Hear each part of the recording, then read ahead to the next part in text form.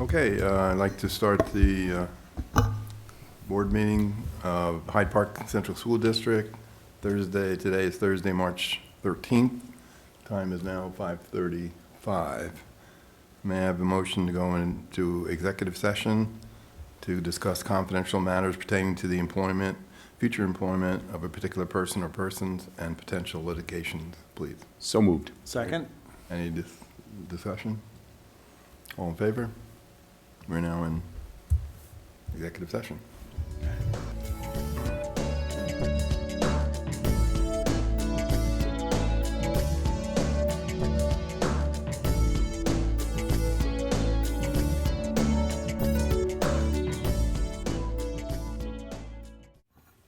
Okay, I have a motion to exit executive session, please. So moved? Second. Is there any discussion? All those in favor? Opposed? Motion, we're now in regular session. We'll now have the Pledge of Allegiance. To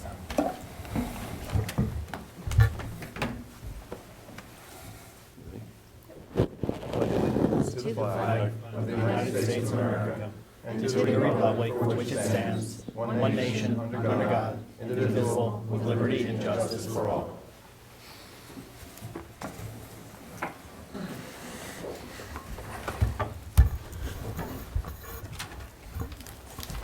Thank you. I believe we have no agenda modifications. May I have a motion to adopt the agenda, please? So moved? Second. Any discussion? All in favor? Opposed? Carry, thank you. And now we're in Pride.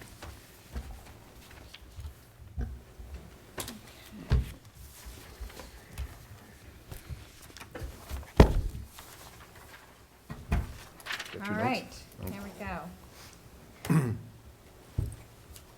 go. We had a successful e-week, engineering week at Haviland Middle School. Thanks to Kim Neisel, who coordinates this with our IBM partner and parent, Lynn Schiffer. There are photographs already posted on Facebook, so our IBM engineers come and visit the 6th, 7th, and 8th grade classrooms. It's a successful program and much fun had by all, and a great learning experience, and hopefully promoting students to go and enter the fields of science, math, technology, engineering in their futures. There were Netherwood also. They were at week the elementary. before? Yeah. Yeah, they do our elementary schools the week before the middle school, and so they actually hit all of our students K through 8, not K through 8, but what grades? 3 through 8, yeah. 3 through 8. On March 1st, we hosted the All-County Elementary Music Festival at Haviland Middle School. Again, a very successful day, a lot of coordination to pull that off. Next year, we got to get a little better with the parking and proactive with our local police department, because the only negative I heard was that the parking got so full, or some people weren't sure where to park, that there were a couple of tickets issued. But other than that, it was a very successful hosting, and school districts from the county that were there commented, of course, on how absolutely beautiful Haviland Middle School auditorium is, but also on how well run the entire event was. We are in drama season, drama musical season, and each year it grows. So if you are at all interested in theater and want to welcome the spring by seeing some great performances before you want to spend all your time outside, we have this weekend is South Pacific, the musical at FDR High School. Tomorrow is the senior citizen performance. It was supposed to be today, but with the 2-hour delay, it was postponed.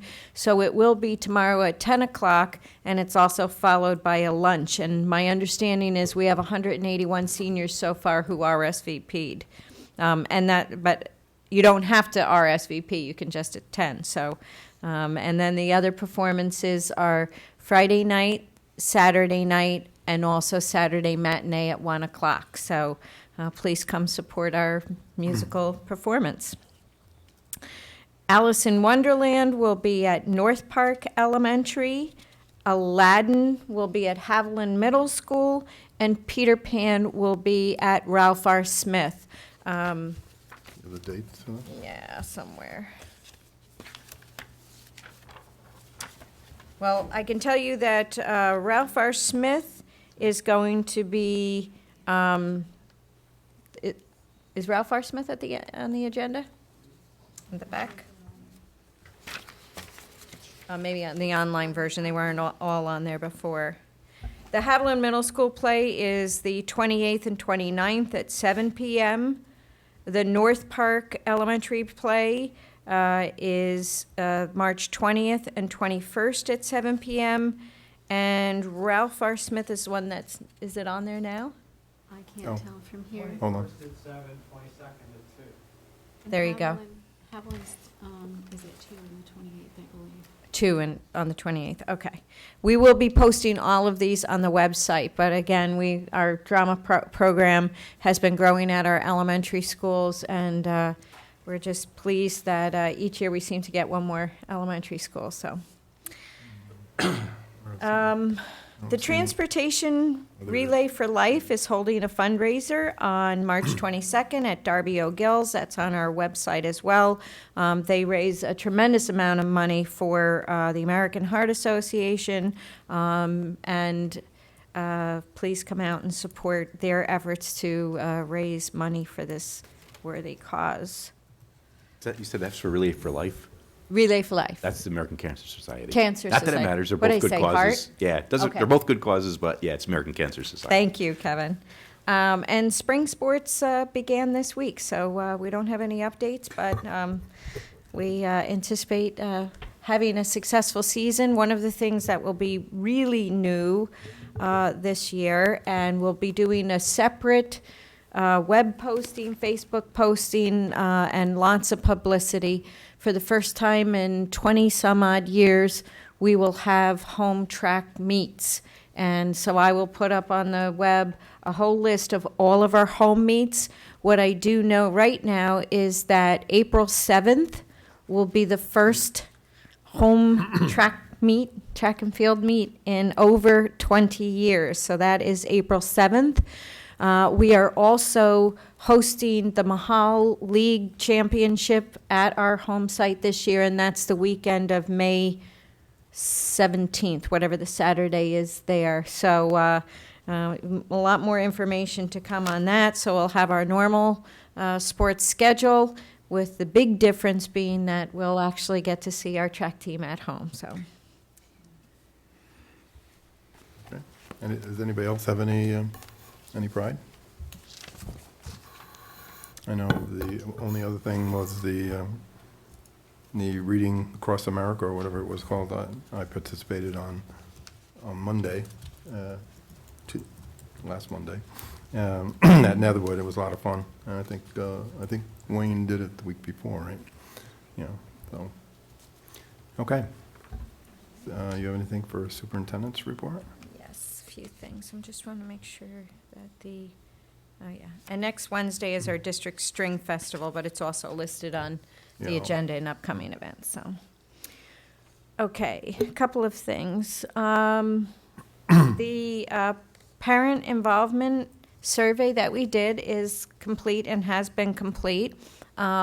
We reviewed the results with our district administrative team and had a rollout plan for all of our schools. Our schools are in the middle of sharing that rollout plan as recommended, and that is that they share the results with their PTAs, with their staff, and with their building leadership teams. We are already starting to get the feedback on the rollout plan, and by next week, we will publish all of the results of the parent survey on our website and on the school's websites. And we just really sincerely want to thank the 718 people who filled out the survey. There are some duplicates because people have children in multiple levels, elementary, middle, or high school. But even if you take off some of those, the participation rate is almost 1 in 4 of our families participated. So what we do from here is we share the results, we publish the results, and then we publish the goals and the activities that we put into place based on the recommendations that parents made through the surveys. So anything that got a high rating, we use it as a chance to celebrate success. Anything that appeared as something that we need to delve into deeper becomes a goal for either the building leadership team, the administrator themselves, the district as a whole, but we will be sharing not only the results, but what we're doing with the results. So I sincerely want to thank everybody for participating in that survey. We got very valuable information, and it's only valuable if we act on it. So you'll be hearing more about what we're doing with the results. Part of the Reaching Out to Parents initiative includes the Reach Out to Rycheck feature on our website. There are posters around the district. Somebody suggested we put posters in the community where you can hold your smartphone, I got it right this time, your smartphone up to a QR code and link to the Reach Out to Rycheck, or you could click on the Reach Out to Rycheck icon on the website. Unless you state that you want to be responded to directly and provide your information, it is anonymous. I do not have access to, it goes through a third party. So anybody who wants to remain anonymous, I do not get that, but I get the question, the comment, or the concern, and basically we'll respond to them thematically as we move along unless somebody wants a direct response. So if you have a concern or a comment or a question, please reach out to Rycheck. Just click on the button and you can access that.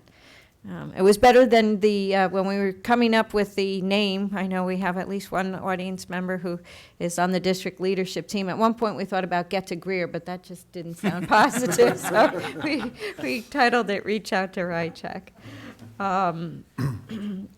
The big meeting, the budget input group meeting, is scheduled for March 26th. It is a misprint on our calendar. It says it's a snow date.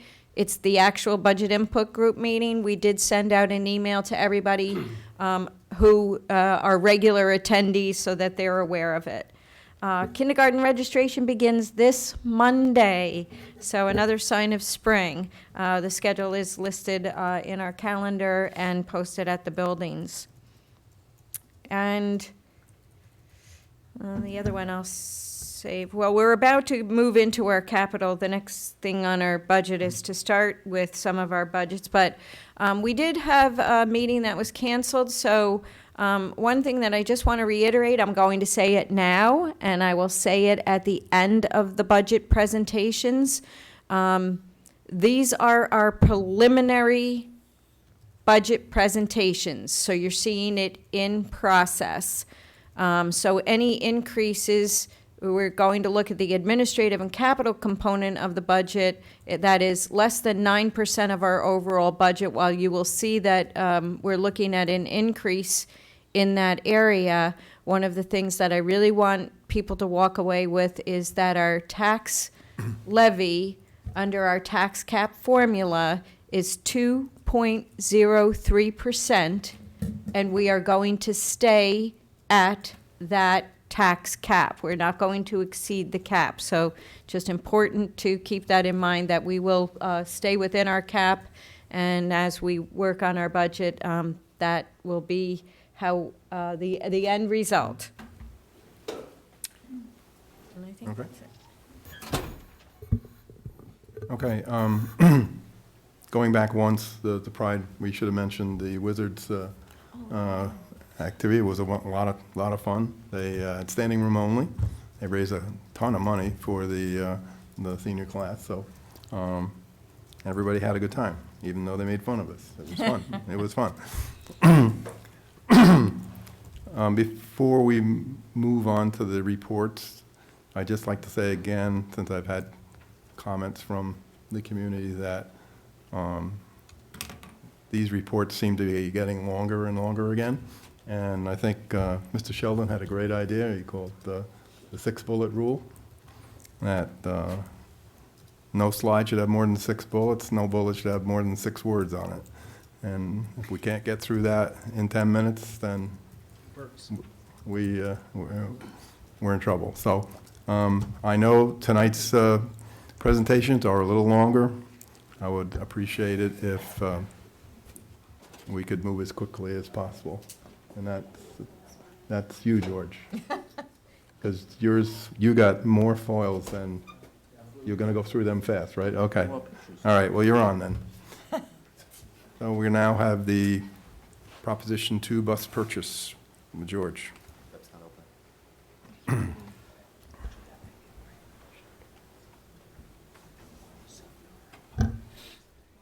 Ready? You're up.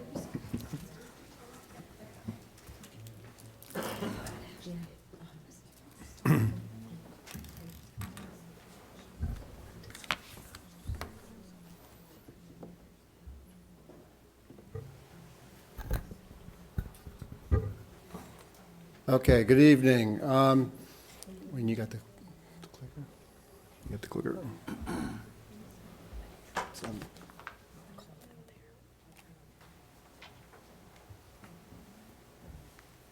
proud of my board president and superintendent for joining my meeting.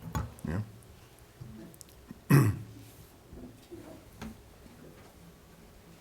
Okay, you're already 5 slides behind. All right. All right. Good evening, and we're going to talk about the bus prop, and I have a little something on the end. There was a question last year. I just wanted to touch on it a little bit, some research I did on that. So we'll go through these quickly.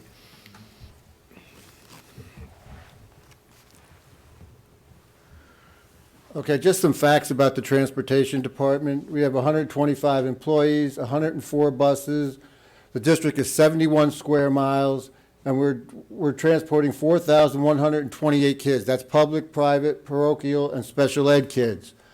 And we have 4,974 seats available in the fleet. We're transporting to 42 schools, which is down because the special ed has brought so many kids back over the years. So we're down to 42 schools, but we're up with work site daily. We're transporting to 14 work sites daily now. We have 86 bus routes and approximately 7,000 route miles a day. That's just for routing work that we do. And we go approximately 1.4 miles. One thing I want to add is we're up to 15 homeless students out of district. That's just a sign of the times that we're going through right now. And we've just got a couple more added this week over in New Paltz, so that's adding some mileage to us, and it's definitely a sign of the times. Just some mandates that we talked about last year. The statutory 15-mile maximum for transporting non-public students, 50 for transporting our special needs kids, 50 for maximum for transporting homeless students to their school of origin, and school bus equipment. That's some stuff that we have to do, and the seat belts are on all of our large buses is a huge expense that we get. It's a mandate. Got them all flustered now. This could be the slowest presentation. This is on my time, sorry. I'll start it up. There you go. And why do we have a bus replacement program? Wayne, hit that all up. Student safety is the obvious reason. I mean, the buses get older. These school buses are really designed to be for 10 years. We've stretched our plan out to 12 years to try to save some money, and we've done a few things when we order buses now to make them last a little longer by undercoating them. That's one of the things we've done. And the rust issues are because of the salt. We see it on cars. And the useful life of a bus, again, is approximately 10 years. And the newer buses just improve service to students. Avoid spending good money on older, bad equipment. I mean, that's what we do. If our own personal cars start going bad, we get rid of it. If we keep putting money into the same vehicle, that's, repair after repair. Smaller increases to the annual debt service, something Wayne talks about all the time. State aid for bus purchases, that number's wrong, but it's funny because when you look at that, 55.2 last year, this year we're down to 52.4. So we might want to start doing this. The aid is going down, get as much as we can while the aid is up a little bit, and you know, it will be helpful for the district. Allows mechanics to spend more time on preventative maintenance than just repairs to keep them back on the road. We're spending a lot of time on repairs, large engine repairs, and a lot of money. And we have a plan that you folks have saw, and it gives me a calculation for the purchasing. And what we do is we move the buses around and we try to do it, and I got a slide later that's one of the reasons that we got to start looking at this plan a little more, and we worked on it last year, is to get it at 12 and then get the 8 or 9 buses every year that we need to get. Okay. That's just an example of some frame rust that we got, just I wanted to show folks, this is what we're dealing with on a daily basis and for inspections. And that's just another example of it on the other end of the same vehicle. And that's just a quick slide to show you what we spent on these buses that we're looking to replace, the recommendation tonight to repair. So you can just go through those 3. Yeah. Okay, last one. And that's just what we've purchased in the since 1998, 98, 99 school years. It's a little hard to read, but the numbers is just fluctuating, and that's what I wanted to talk about. We're at 11, 12, 14 when we were in really bad shape. We had a couple years of 14 because we hadn't replaced in so many years before I got here. And then when the money started getting difficult, we started changing and taking things and making lower, and we're caught up. We're getting caught up and getting behind, and we'll show that a little later. This is what I want to do. This isn't the years of purchases that we got. What this is how many, the age of each bus in the fleet. And what I want to show you is those 13s are all going to come due at the same time in 2002. In 2004, those 14 buses are all going to come due, and this is because of the changing and not being consistent with our replacement plan. So we can move them around with our the purchase plan that we have to try and make it less. But this is what we're dealing with and makes it difficult, and then that's why we're going up and down on Wayne's debt service charts and those types of things. And here's, so what I'm recommending this year is to purchase 6 66-passenger buses at $111,230 apiece for a $667,380 total, 3 16-passenger vans, which will get us all up to date on those particular vans this year if this goes through, and that's over $166,000, and then 1 wheelchair van for $68,000 for a total of $901,820. There is some. We're going to just show you that that's the total prop. The District 8, again, is down 55 from the 55.2 last year down to 52.4, but the district share will be 429, 267 after the 8, and that's an estimated 8 according to Wayne right at this moment. So that 52.4. Hopefully it doesn't go any lower. And quickly, what I was going to talk about was the diesel. There was a question last year about looking at propane or some other alternative fuel. I didn't really start digging into this because the first thing I did was to look at the prices of the vehicles. As it turns out, they're right off the top, $6,000 more per bus on a large bus. So you're going to spend a little bit more money in the initial process, and then the fueling stations, or however we have to work that piece out. But what's going on is the nitrous oxygen and stuff, and the particulate matter has come out of the diesel vehicle. That's what this is showing. Since 2000, it's really started to come out. They've got these diesel engines with all these emission things that we have to deal with now. It's really come out a lot better. Okay, Wayne, next one. So they're just showing you 95% of it's been taken out, and 90 of the particulate matter, and it's almost close to a gasoline engine is what they're telling us today. And that's the 2003 with a diesel engine. The one on the left is with a Hankey test that they used to do for the EPA test. That was 2003. That's 2010, the one on the right that's clean. Just a demonstration of what the particulate matter and stuff that's coming out of the exhaust on a diesel vehicle now. What this is showing is that the tire wear is putting out more particulate matter than the engine exhaust. And even the brake wear is putting out more than the engine exhaust. That's where the emissions is taking us now. So it is much safer vehicle than when we look back to 2003 for the students. You know, anybody breathing that air, sitting at, sitting at the school or anything like that. It's a much cleaner burning vehicle today. And just some of the benefits, it's the least combustible fuel, availability, diesel, there's plenty of diesel around, the fleet consistency, pretty much our fleet, we have to look, if we went to change, we have to look at big buses at 6,000 apiece, about 67 vehicles to change over. And the global warming, and diesel emits the lowest fuel levels of carbon monoxide, those types of things. And it's a clean running, it has a long history of safe and reliable operation, it's readily available, it's a low-cost solution. One slide I did pull out to try to meet the 10 minutes was talking about the BTUs that the vehicles, and diesel fuel is burning the best BTU out of all of them. So I think that's it, Wayne. Okay, replacing older buses with newer, and we have some of that smoking going on on our lot. Not as much as we used to, and it's a preferred green solution for our children. Okay, any questions? Hope I made it. We'll give you a B plus. Oh, because of the technical difficulties? He's tough. We're taking that off of yours. George, Yeah, right here. good. I have a question. Our student population is going down the last few years, 3 years, and your pickup number is, what you gave us 4128, including all, but your capacity is 4974. It's like 800 seats difference. Yeah. Have you had this? Do you have the same size fleet now that you had the last few years? And what's the reason behind that? We not did, reducing? and what part of that is that we went through last year, the scheduling, how we have to meet schedules, the time frames that we have to get from one building. We've got in the morning, for example, a good example would be the high school. We drop off at 7:15. We have to be at Haviland by 8 o'clock. We have 45 minutes to pick up those 900 kids or Haviland kids. So those are the kind of things, and we went through this last year. We did a research on this, and part of it, it's pretty well balanced.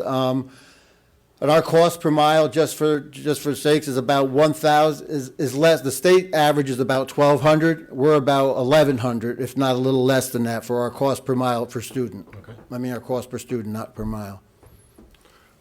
Another quick, those pictures of the rust kind of scare me. They're not active buses, are they? The ones with the... Yeah, we're making the repairs, and there was some slides, again, we took out to meet the 10 minutes that shows the repair. We've got a guy that makes that repair. It has to meet DOT standards. I got to suggest they wouldn't pass inspection. with Not that wasn't, but when we're done with it, it will. It will, it has to be a certified fix, and DOT will look at it, and they'll inspect. They'll tell us, our guy's so good as he'll let him put primer on it before he even looks at it. He trusts them, so our guy's good, but it's a lot of work. He spends a lot of time fighting rust. The other part about purchase, do you go typically through state contract? Yeah, we're using state contract. We're not putting a lot of options on our vehicles. Some districts make a little more options. We're pretty basic. We've done the same option, the same vehicle specs every year, and we're running it as cheap as we can run it. We're not putting anything extra on And you them. just surplus? Yeah, we usually trading them in. We've got Oh, you a do vendor, trade it. we I do was gonna trade them ask in, you. and Okay. we get a few grand for the total, number of buses we're gonna do. The big buses we trade, the vans, we try to auction them off eventually, bid them out. Okay, thank you. Yeah, and you pretty much standardize on one type of bus, right? I mean, for the large buses, obviously. Yeah, but- we did do that, Kevin, but then our vendor just got to be, it was more headache than it was worth, and we did switch over about 5 years ago to International or an IC. We were using what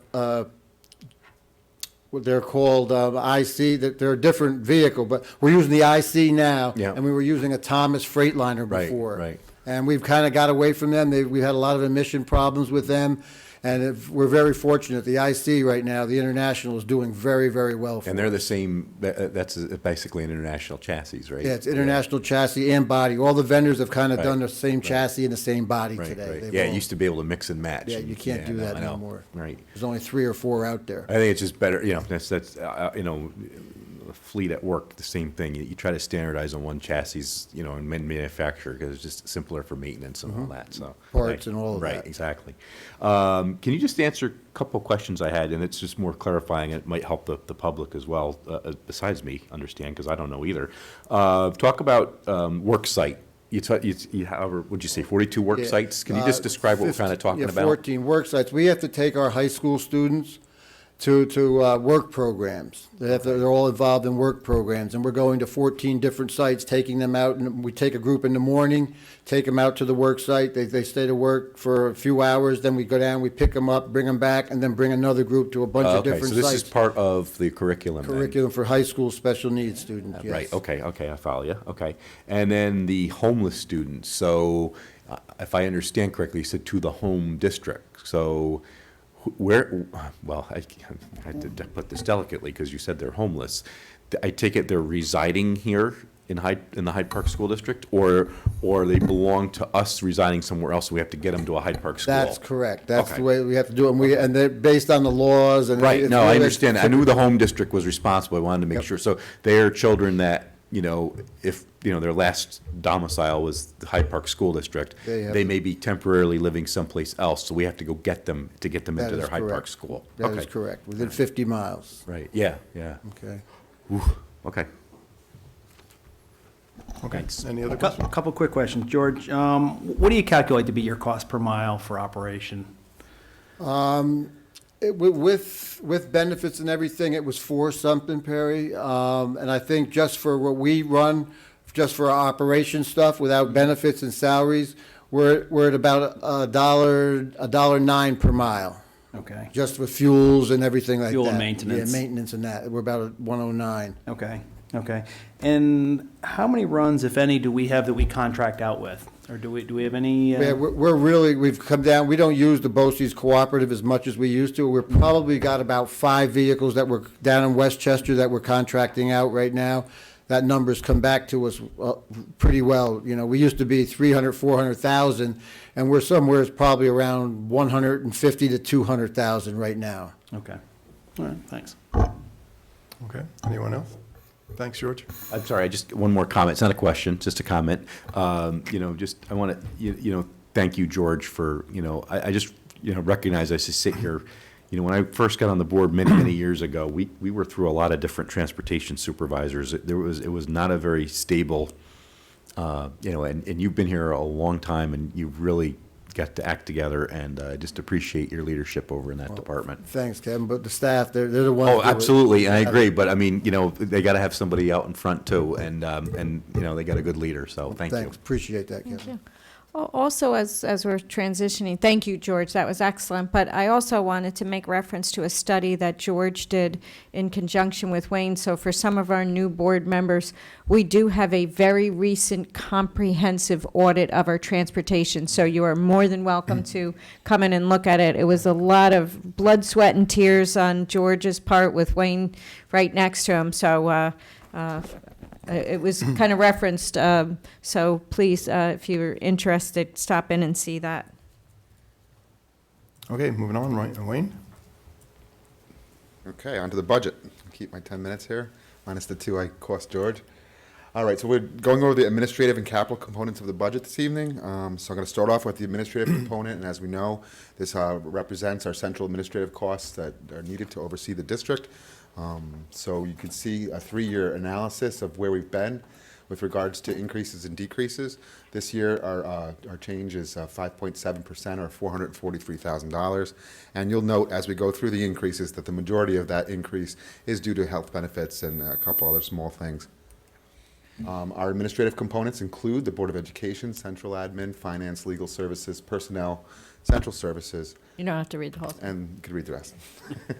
The staff reduction in the administrative component this year is the Dean of Students. It was a 1-year thing that was taken in and put back, taken out of the program budget, put into the administrative budget, and put back into the program budget for 2014-15. And as you can see, the enrollment behind this stands clear that we continue to reduce the enrollment at the FDR High School. And also the number of teachers that are there has been a reduction as well. So this is a new slide for the presentation. So there was some confusion with regards to health benefits and how it looks as a whole. So we start off this year looking at health benefits for the entire district as a whole. And as you can see, the total at the bottom is $1.3 million, and you can kind of read through those yourself to see where the majority of the increase is under health insurance, and TRS, the retirement systems, is our teacher retirement and employee retirement systems. And luckily, ERS was a very small, tiny increase for us this year. And you also see some of our benefits going down, which is also a good sign. So I want to show all the benefits for the entire budget in one shot, in one snapshot, because what happens is as we go through the admin, capital, and program components, it's broken out. So it's nice to see it as a summary first, and you'll see how that breaks out to the individual components of the budget's increase. So to review some of the administrative budget changes for this year, you'll see the Board of Education, there was a decrease due to moving board docs to the BOCES account. So that was moved from one place to the next. The clerk, there was a decrease in the clerk stipend, very small. And a district meeting, there's an increase for software increase for 2 votes. Last year we had it for 1 vote and we had to transfer money. The central admin, which is due to salary increase, reduction in mileage, and conference and contractual, those reductions and increases in that code. Under finance, we saved $10,259 by purchasing software from a different vendor. So that was a helpful thing. Under personnel, we had a reclassification of the salary. There was a 1.5 FTEs in personnel that went down to 1.0. And we also added the OLAS. So that again is a difference between an increase and a decrease. Public information services, we decreased the cost of the BOCES coaster there. So there was a 37% decrease. And that's due to some of the new technology that's coming in. And under central services, you'll see there's the increase. So it kind of went from one place to the next. We have our Cisco phones now, which used to be the Iowa phones, so moved from one code to the next. And as you can see, there's an increase due to the addition of the annual services with the Wi-Fi and phone upgrade under the tech infrastructure upgrade district-wide. Our insurance was provided to us by NYSER, and that was 5.41% this year. Our BOCES admin charges was provided by our folks at BOCES, and that's just for the 3 codes that we vote on in April. And that's their administrative card, their retirees' benefits, and their cost of rental. And that's a total of 1.61% as it came through on the initial service request for BOCES. Then under 2010-2020, which is our administrative support, curriculum dues, memberships, and supplies, we have that due to increase in salaries. $84,000. And our administrative benefits, as you can see, which comprises the majority of the $443,000, you have a $311,000 or an 11.51% increase in our employee benefits. So you'll notice that some of the increases are a little bit out of our control, and that's the majority of what makes up the 443. So overall, the increase in the administrative budget for the 14-15 year, you'll see 13-14 where we were, and 14-15 the difference or the increase, and that our administrative budget is 9.36%, which is under the 10% kind of golden rule out there. Always want to keep your administrative budget below that number. Moving on to the capital component, and this consists for facilities and operations department, our related salaries and benefits with that department, our tax surcharge refunds and debt service, and you'll see the 3-year comparison. This year's a little bit different for us. The majority of the increase is for debt service, and you'll see how that works out with regards to how the revenues back up the increased expense. Again, these are the 3 components. The increases and decreases are due to the facilities and operations support of the reorganized OT that we talked about at the last meeting for a weekend supervisor of FDR over the buildings and grounds and operations over at the FDR track. We were also supporting an equipment budget increase for a box truck, which you'll see in a later slide, and the sub pumps, which are in desperate need of replacement. With regards to employee benefits, you see again plays a large role with regards to the increase in the capital expense, and that's $343,000. And our debt service is the increase of our debt service from the track and field, and you'll note there's a little star there that says that the revenue is increased even more so than the expense. So we're really in a good place. It is increased, but the revenue covers it and doesn't require any additional taxpayer portion to go out for that expense. So with regards to heating fuels, a couple things that we try to go over on an annual basis. And, one of our large expenses under the Facilities and Operations Department is heating fuel. And you'll see that it is going down, so that's a positive. Some of it's due to the fact that we've gone over to natural gas at both Violet Avenue and the Hyde Park Elementary schools. And also, a lot of the money has been moved and rebudgeted due to the Synergistics Energy Savings Program. And you'll see that in a future slide. But you will notice that the trajectory is that the expense is going down. Natural gas, you'll see in 12-13, when we only had it here in the district office, it was only $9,000. Last year, as we converted and finished the conversions, we actually transferred the money. We didn't have it budgeted, but this year we actually have it budgeted, and we have some good numbers to go on. And so we're up to $50,000 for the natural gas in 3 of our 9 locations. Oh, and there is a minor gas rate increase too. And then electric is the same thing. You'll see that that's coming down. We do expect some minimal increases in our electric rates, but overall it is due to the savings that we're noting in the energy program, and hope to note in 14-15 as the program continues. I believe in the next couple of meetings we do have our update on savings for energy, which will complement the where this money is going. So we did talk about a box truck. We're not buying a brand new one. Due to the changes in our purchasing policy, we can buy used ones at auction. So instead of going out for a $70,000 vehicle, we proposed a budget of $35,000 and getting one that's on the used side but in good shape. So the facilities department was great about going out and getting me estimates and showed me the range of what we could get for that kind of money. We looked at a lot of vehicles and we decided on $35,000.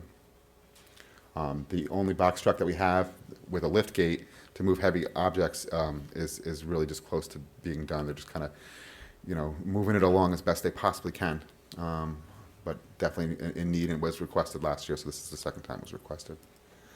The sump pumps are in the basements of our buildings, and they've been replaced recently with temporary equipment, and certainly need to be taken care of. And the pumps that were failing were at FDR, Haviland, Violet, and Ralph R. And the pumps are located in the boiler rooms. So certainly with all these boiler investments, we want to make sure that we're keeping them safe. So that's where the sump pumps come from, and that's for a price of $23,000. The budgeting for Synergistics, as I mentioned, there's conferences that the energy manager goes on, contractual Synergistics contract, as we discussed in the past, and our software per year. And that's some of the money that's moved out into different codes from the utility lines to the contractual line. Debt service, this is the one I talked about. This is the largest increase in the capital budget this year, but it's also covered by the revenue.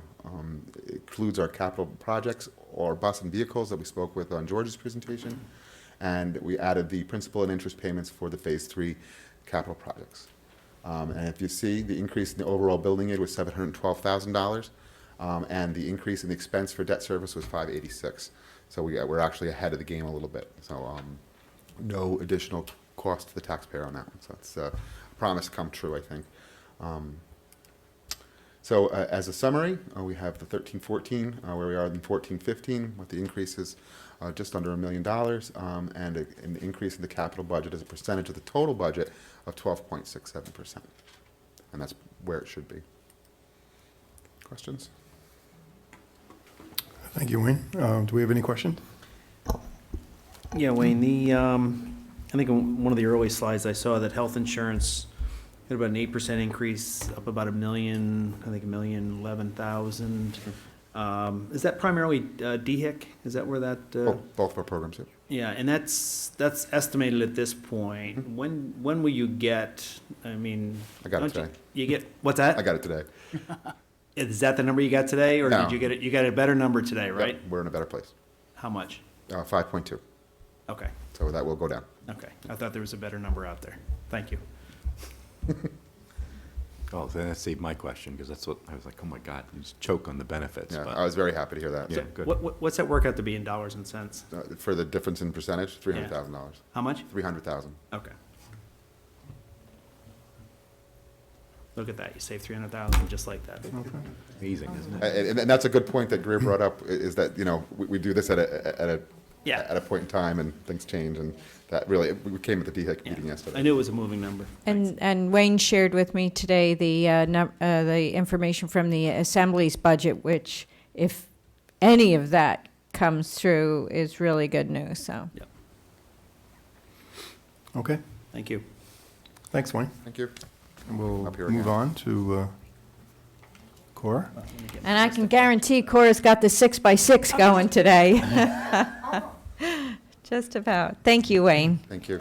Oh, it's there, thank you. Again, while Cora's, it's already up. It's We're up. good. Efficient.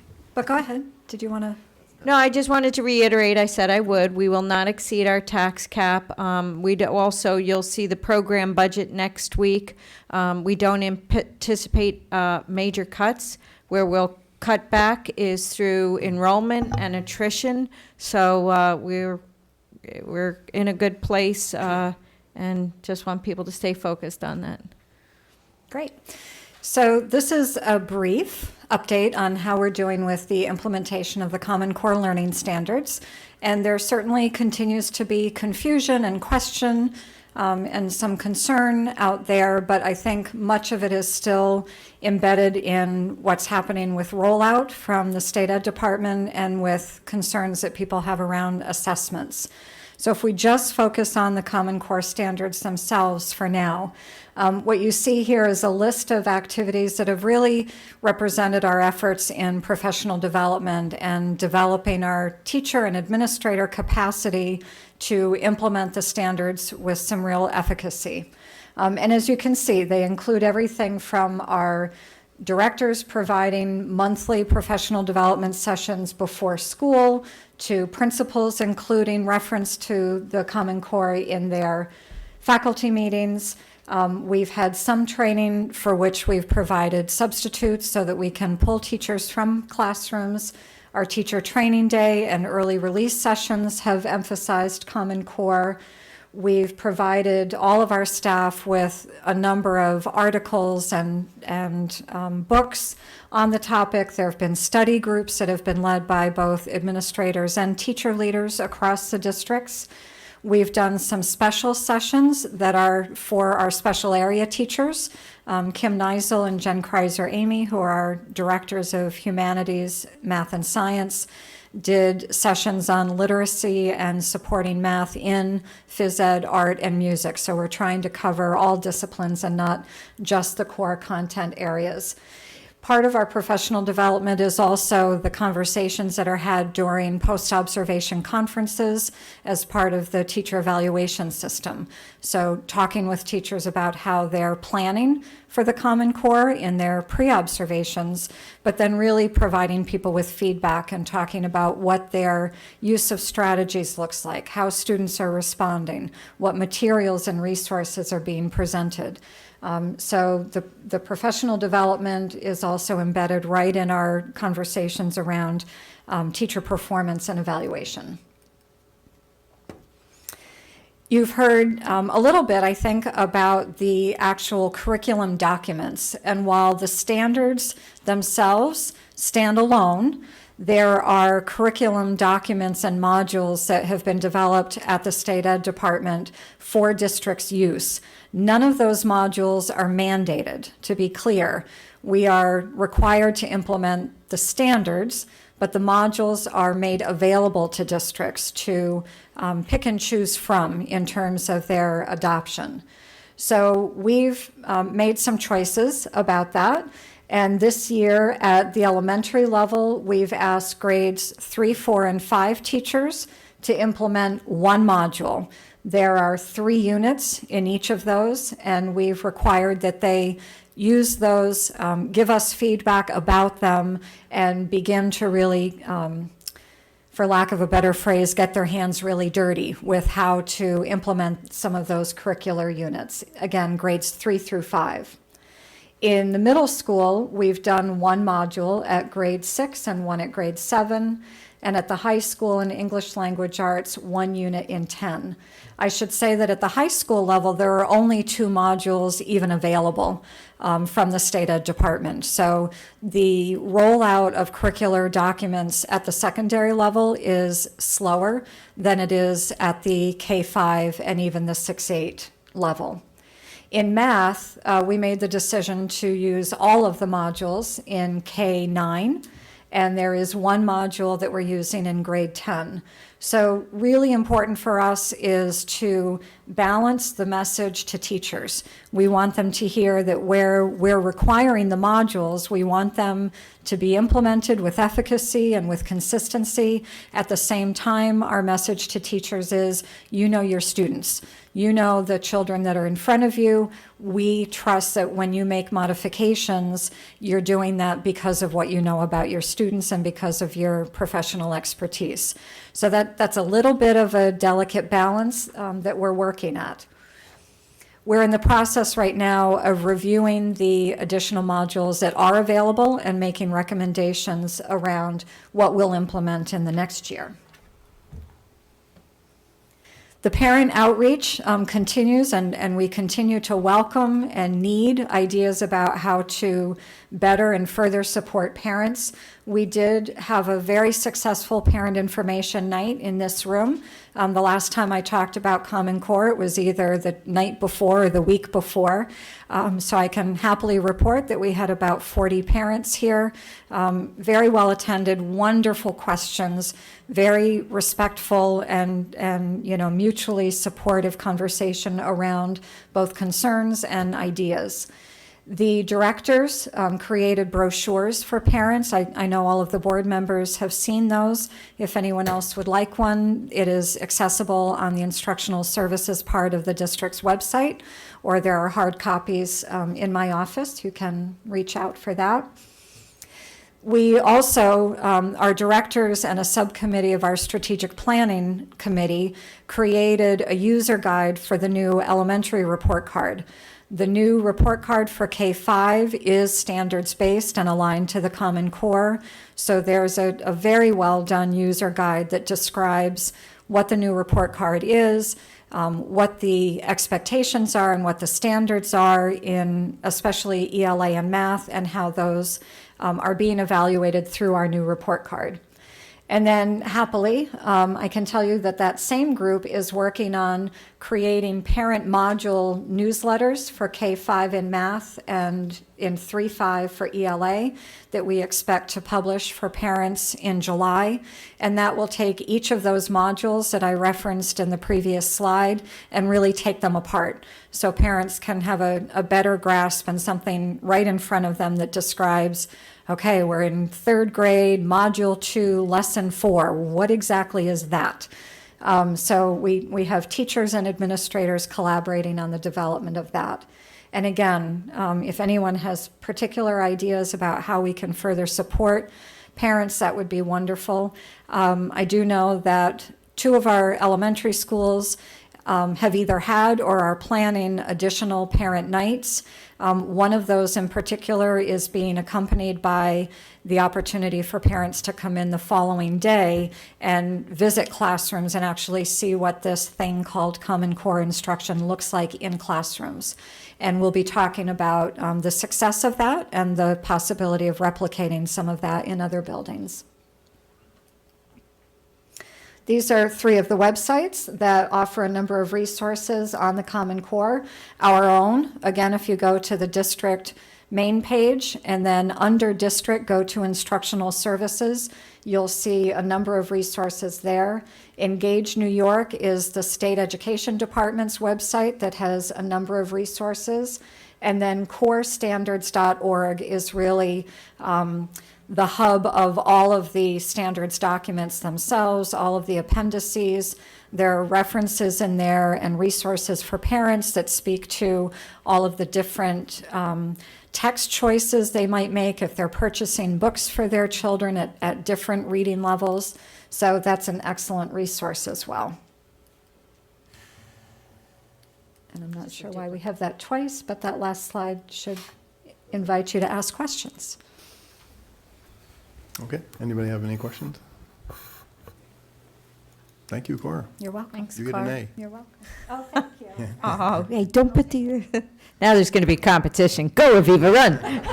No. While Aviva's coming up to the podium for the next presentation, I do want to say that, thank Cora and her staff. And I want to say that on the parent survey, we got positive feedback for the sessions we have done on Common Core. And then for the people that hadn't been able to attend, there was definitely a request to do more. So some real, feedback on that survey on the Common Core. Great. So Aviva and I are here today to present on the administrative building safety. I think due to the amount of data, the importance of the data, and the volatility of the data and machinery, equipment, and everything that's in this building, it was important for us to review what's in place, both operationally and procedurally. So moving along, what we do have in place is our Administrative Offices SAFE team. They meet on a monthly basis, and it's a comprehensive team. I've been lucky to be part of that on several occasions, and it really includes people from the community all over the place and throughout the district. We have emergency plans in place that are written and available in the district office. And we also have training on a regular basis and practice drills. Yeah, and I'll just say there's a distinction between the district SAVE team, which includes all of the building safety team representatives, and the district office SAVE, which is this office and Hyde Park Elementary. So we're talking about safety for all the adults that work in the offices as a separate committee. Great. Some of the more operational things we have in place are an armed intruder. So this building is armed for if somebody comes in or when the building is closed up. We do have bomb threat procedures in place, and we have practiced those on a regular basis. Evacuation drills, which we've practiced on a regular basis. Fire drills, which we have to have so many per year, and we've done those as well. Lockdowns and lockouts, as well as medical emergencies and AED events.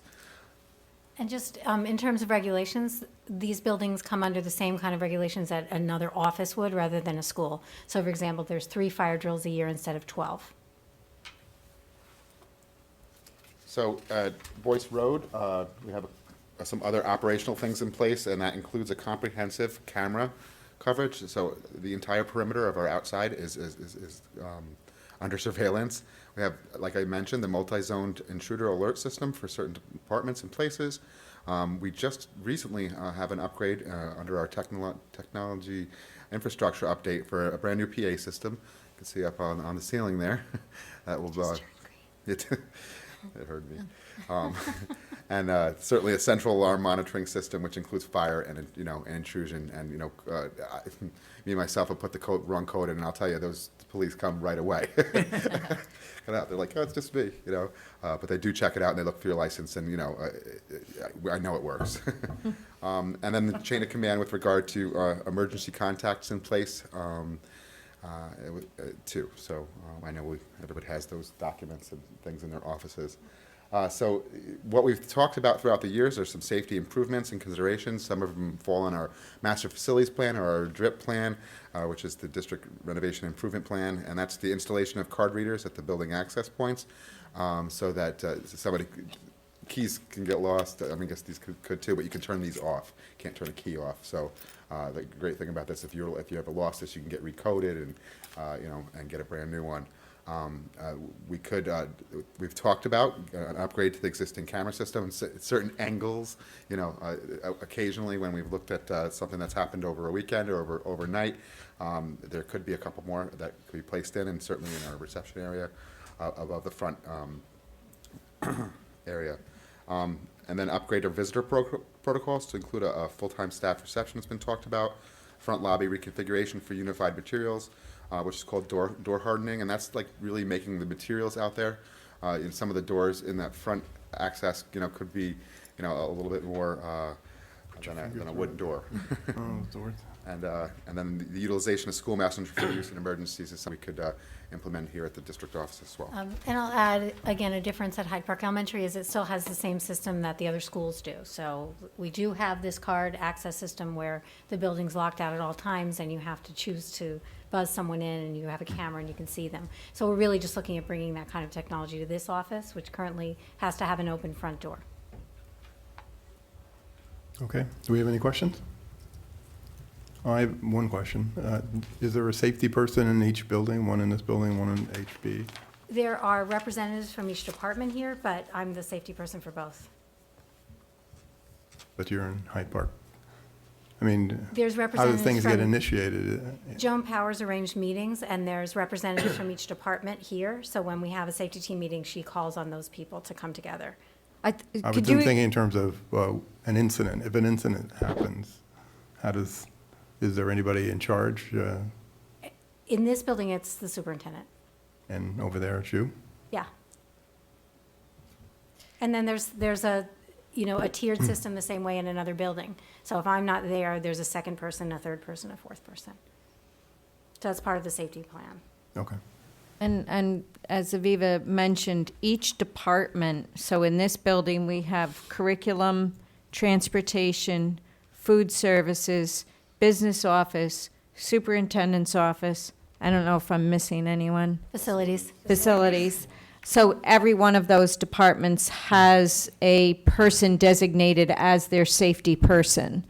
So for example, there's a system in place when we do a fire drill of attendance, and one person collects all that and goes through the list so that there's a way of identifying if anybody's missing or still in the building.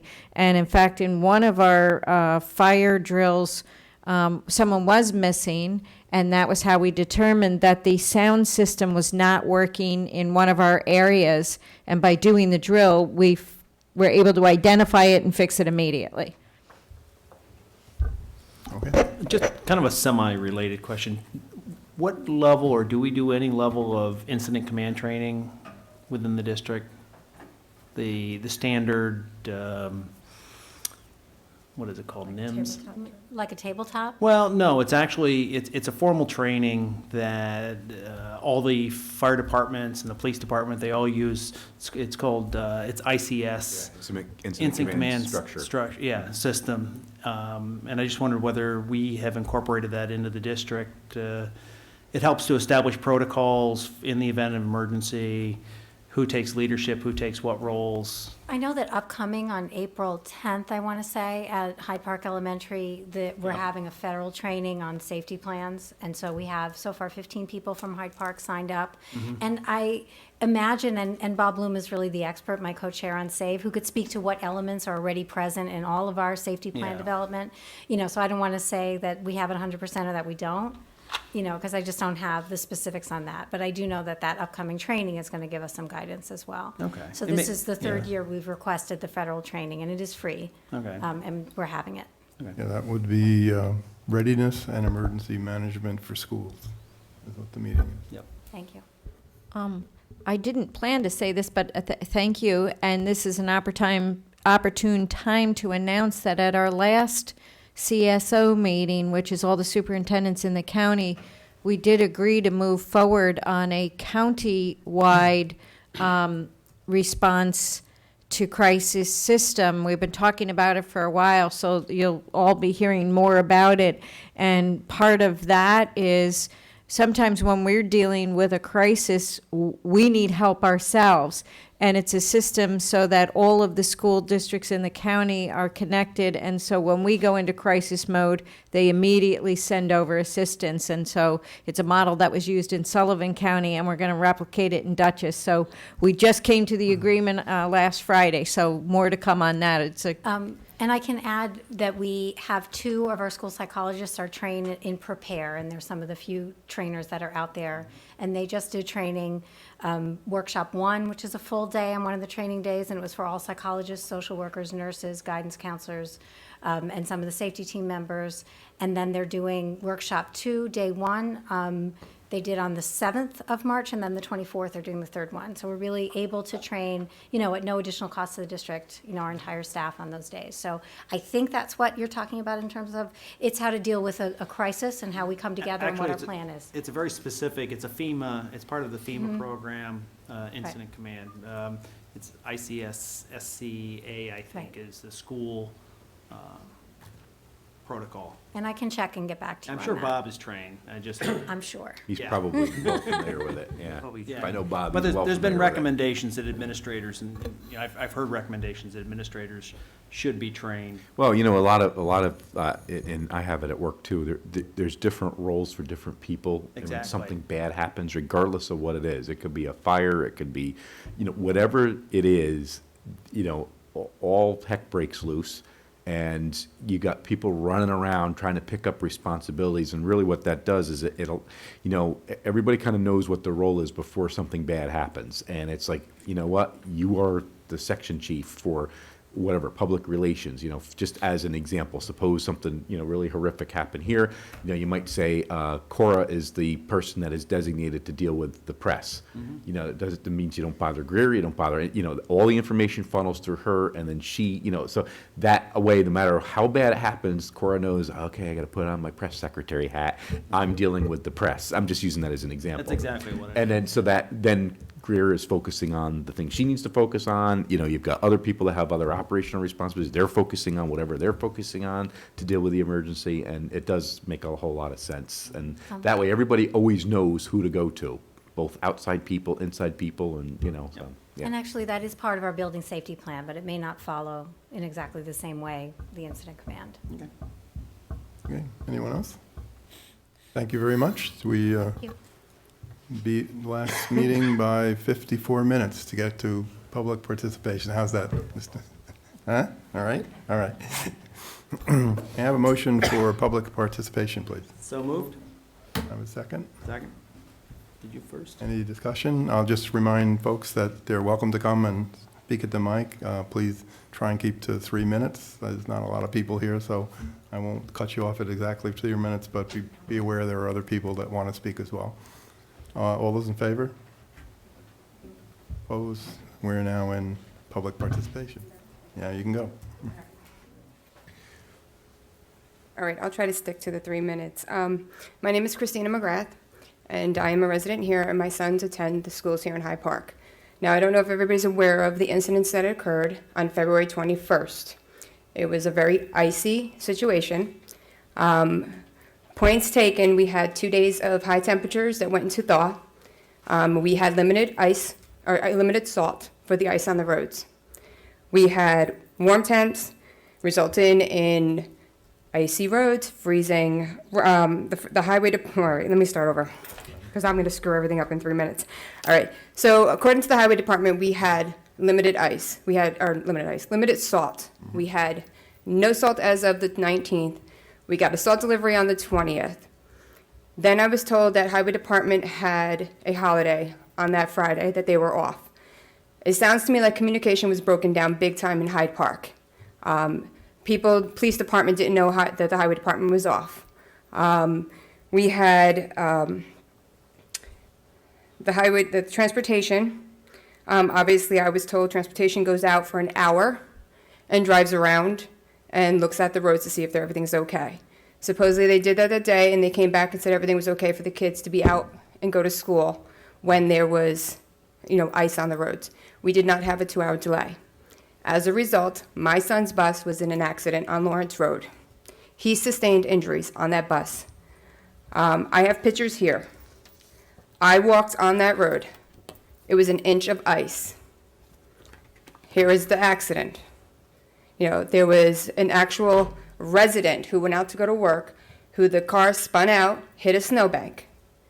The bus came around the corner, inching around the corner, because I assume, or as I was told, transportation was warned that the road was very icy. So my son's bus driver inched around the road, hit the ice spot. The whole bus went flying. It ended up hitting this car. Now, there was a neighbor that was there that was trying to dig this neighbor out, who could have gotten pinned between the bus and this car. So now, as I see it, we have lack of communication. Highway department, so I was also told, called the school district and stated that they were not going to be out salting or sanding the roads on Friday. We had high temps. We had melting from the high temps. We had rain. It froze that night because of the low temperatures. We had ice all over the roads. we still decided to keep the kids and not give them a 2-hour delay. Hence, a bus accident. My son, minor injuries, a fractured rib. My phone call I got from transportation was, your son's bus was in an accident. You were forwarding the kids on to the school. Nobody was injured. I call the school. School tells me, yeah, we're waiting for a bus to show up. I then go back into my job and I get another phone call from bus transportation telling me that I need to go to the accident scene. Otherwise, my son was going to be transported via ambulance to the ER. Lack of communication here. I don't know how the communication is supposed to go. Highway department, to me, highway department should talk to bus transportation. Bus transportation should talk to the school district. The events that happened that day should never have occurred. This should never have happened. We need to change this. The safety of our residents, the safety of our children. There needs to be better communication amongst Hyde Park. Because I'll tell you what, all the stuff that happened leads you guys open for a lawsuit. You know, I'm just here to say change needs to take place. You know, my son, right now, I'm telling you, right now, my son, his physical, ailments are going to heal. But emotionally, this morning was the key. I woke up this morning to my son asking me, Mommy, is my bus going to get into an accident today because it's icy? Who has a twin brother who is also on the spectrum. For him to say to me, is my bus going to get into an accident like Mark's did? For them then to say to me, Mommy, do you have a 2-hour delay to go to work? I have to call my son to tell them that I made it to work okay? This is stuff that should never have occurred that day. And I hear from everybody in the community, because we all talk. We're a close-knit community, especially when you're special needs. We hear from everybody. I'm just here today to say, change needs to occur. There needs to be better communication among everybody. Highway department, transportation, and the school district to make sure this does not happen again. Because next time we may not be this lucky. This is a wake-up call. And I am very thankful for your bus driver and your aide on my son's bus. Because you talk about the seatbelts, they're not always enforced. That aide enforced the seatbelt that day. I can just imagine if that seatbelt wasn't on my son, his injuries would have been worse. So this is, I'm just saying, wake-up call. I'm speaking to some people I'm speaking for people I've talked to in the community. We need to make a change. This is just a big wake-up call. Okay? That's all I have to say. Okay, thank you. Welcome. Would anybody else like to address the board?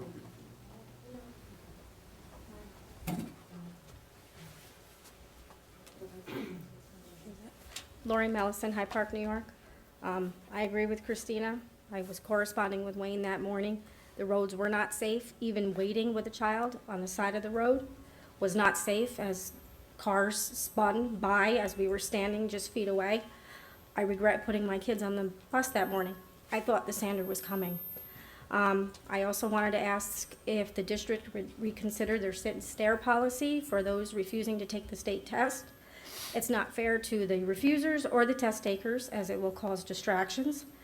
I don't see why the kids can't read instead of taking the test. Families are engaged. This is what we're talking about in the DLTs and the BLTs. Cora mentioned in her presentation, supporting parents. This is a way you can support and respect a parent's decision about not taking the tests. I also wanted to bring up the Dean of Students. I will be having a high schooler very soon. I watched the presentation last week where they said there were less violent incidences, that it freed up administrators, that he was able to have better communication and get to know students. If it's not broken, don't fix it. Please leave him there and find the money from someplace else. I think safety is key, and he's doing the job. The data showed it. And as far as replacing a receptionist at district office, I really like the board to reconsider that too, because we would rather see a TA in the classroom than another employee at district office. Thank you. Anybody else like to address the board?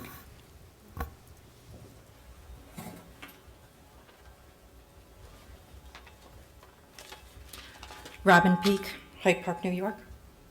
I'm here to talk about the sit and stare policy that is in effect for this school district.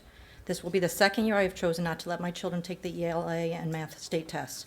Last year, they had to verbally refuse the test and then were able to read quietly during the exam. My oldest daughter was in Haviland and went to a separate room during the testing.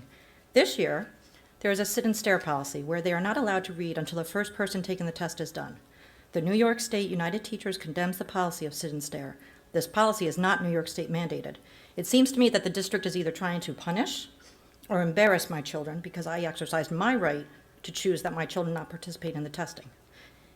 If the sit and stare policy remains in effect, then I will let my children refuse the test and then pick each one of them up for the testing time.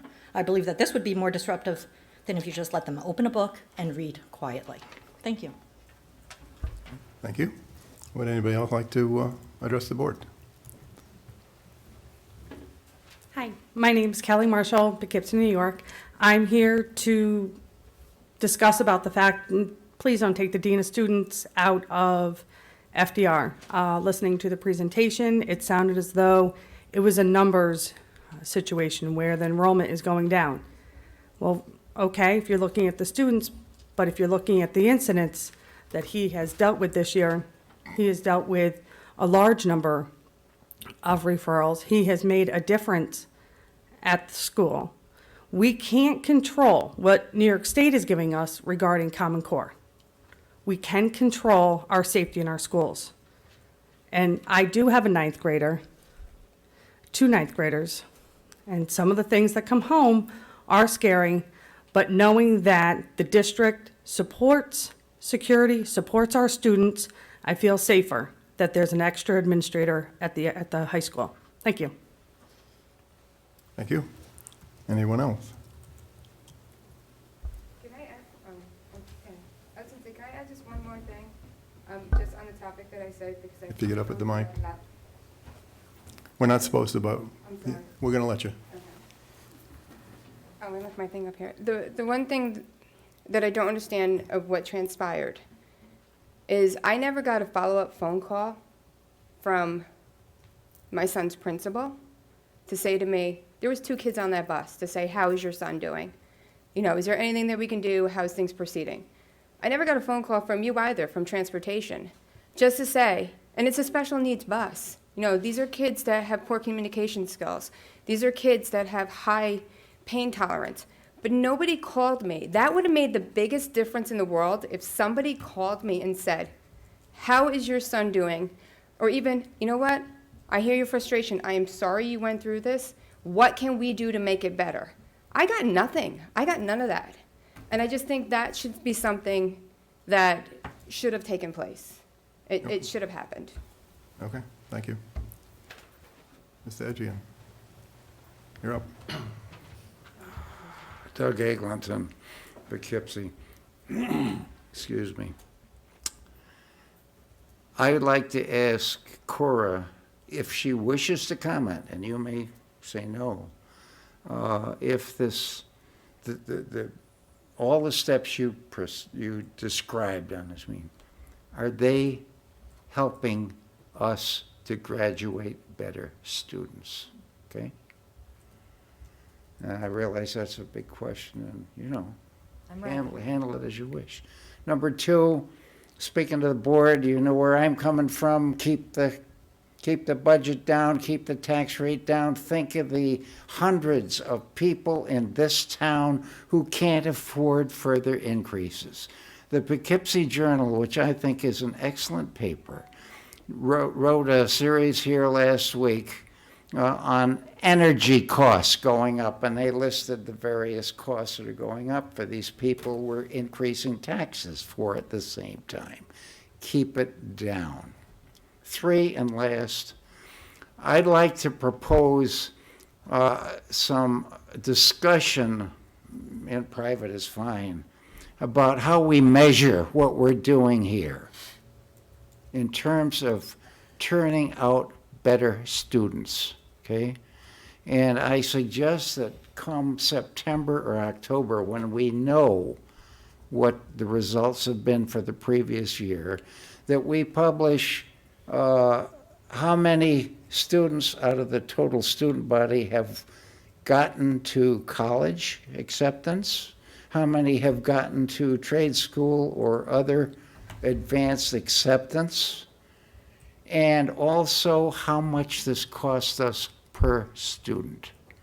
Because we see all these articles every year on the various states. New York State is always at the top in terms of per student costs. And I think maybe we ought to start paying attention to that. Thank you. Would anybody else like to, we haven't heard from the back row over there. No, nobody wants? Okay, all right. No pressure, I'm sorry. At this time, I'd like a motion to close public participation. So moved. Second. Any discussion? All in favor? Opposed? We are now out of public participation. Would anybody like to? Yes, I would like to start out. Okay. Just for the record, Chris is my niece, so she's part of my family. And I appreciate your comments, and you went through the whole day of sequence very well for everybody here. I knew... We wouldn't hold that against her. Well, you know. It's true. Anyway, I knew of the events more, obviously, than some might not have here, but she's such a great mother for those kids. I got to tell you that. Thank you. But anyway, I'd like to reserve my comments to the superintendent. Maybe George can comment to it. So, thanks, Chris. Thank you. And Chris, first and foremost, our utmost sincere apology. These are the incidents that face a school district that you never want to face. And we truly embrace your comments that things need to change. Whenever a school district is faced with a crisis or a tragedy, we always use it as a learning tool. And part of that is to debrief it and say, okay, what can we do? What can we improve? So, you have our guarantee that, we don't take an incident like this and walk away from it. So again, there's nothing worse than that you can hear other than your child has been injured or missing. And, our sincere apology that your son was part of that accident. I don't know if George wanted to comment.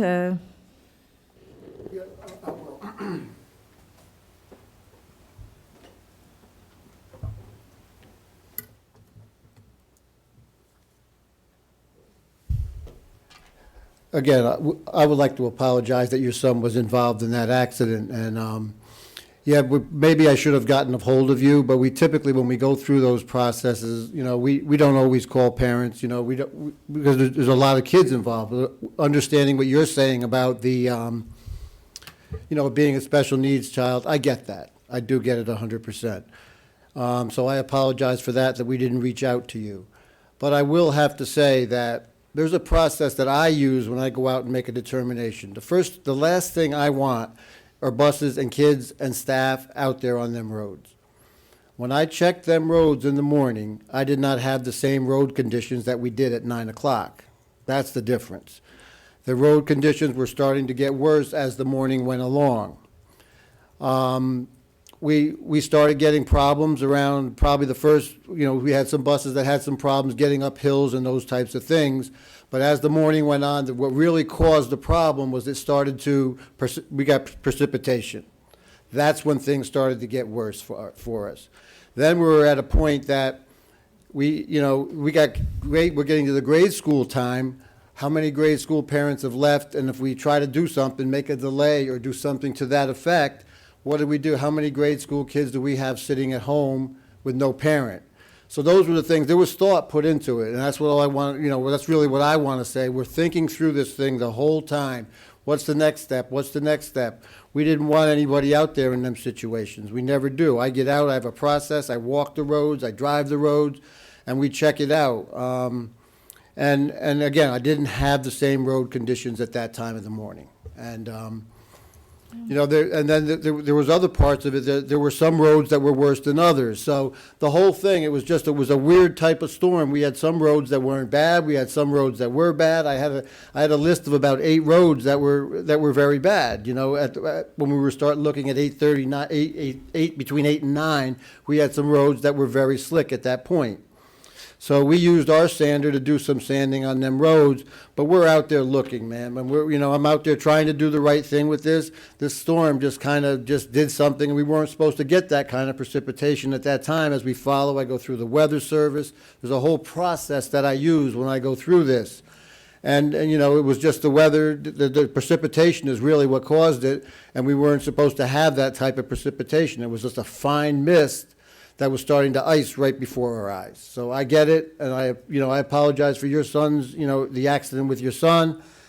And, we're out there. I want you to know, when I'm out there at 3 o'clock in the morning and between 3 and 5, I'm looking at kids' safety and staff safety. That's what I'm looking at. And at that time, I did not have those road conditions. So, we're trying to do the right thing here, and we're dealing with weather as well and forecasts. So, sure. Are you the only one that goes out and drives those roads? Because I can't see how one guy can drive all the roads of Hyde Park and check out the conditions. You can't, and I know where our bad roads are, and for this particular, I know where our bad sections are, where we have all of our problems. We know where they are, and we always go to them. We have temperature problems there, we have shading, we have a lot of problems there, and we know that, and I know where they are, so we hit all of them. I always hit those areas, and majority of our problems this time weren't really the roads that we typically have the problems on. I just can't see how a road that had an inch of ice on it froze over in a short period of time. Okay, we can't have a discussion, but okay.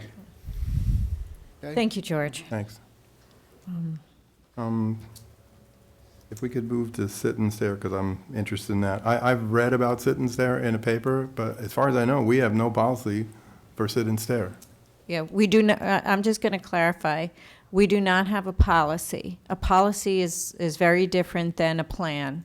So we don't have a policy. It's not called sit and stare.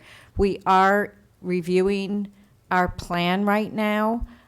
New York State, unfortunately, has given permission for students to opt out, not parents. New York State has given explicit permission for students to refuse a test.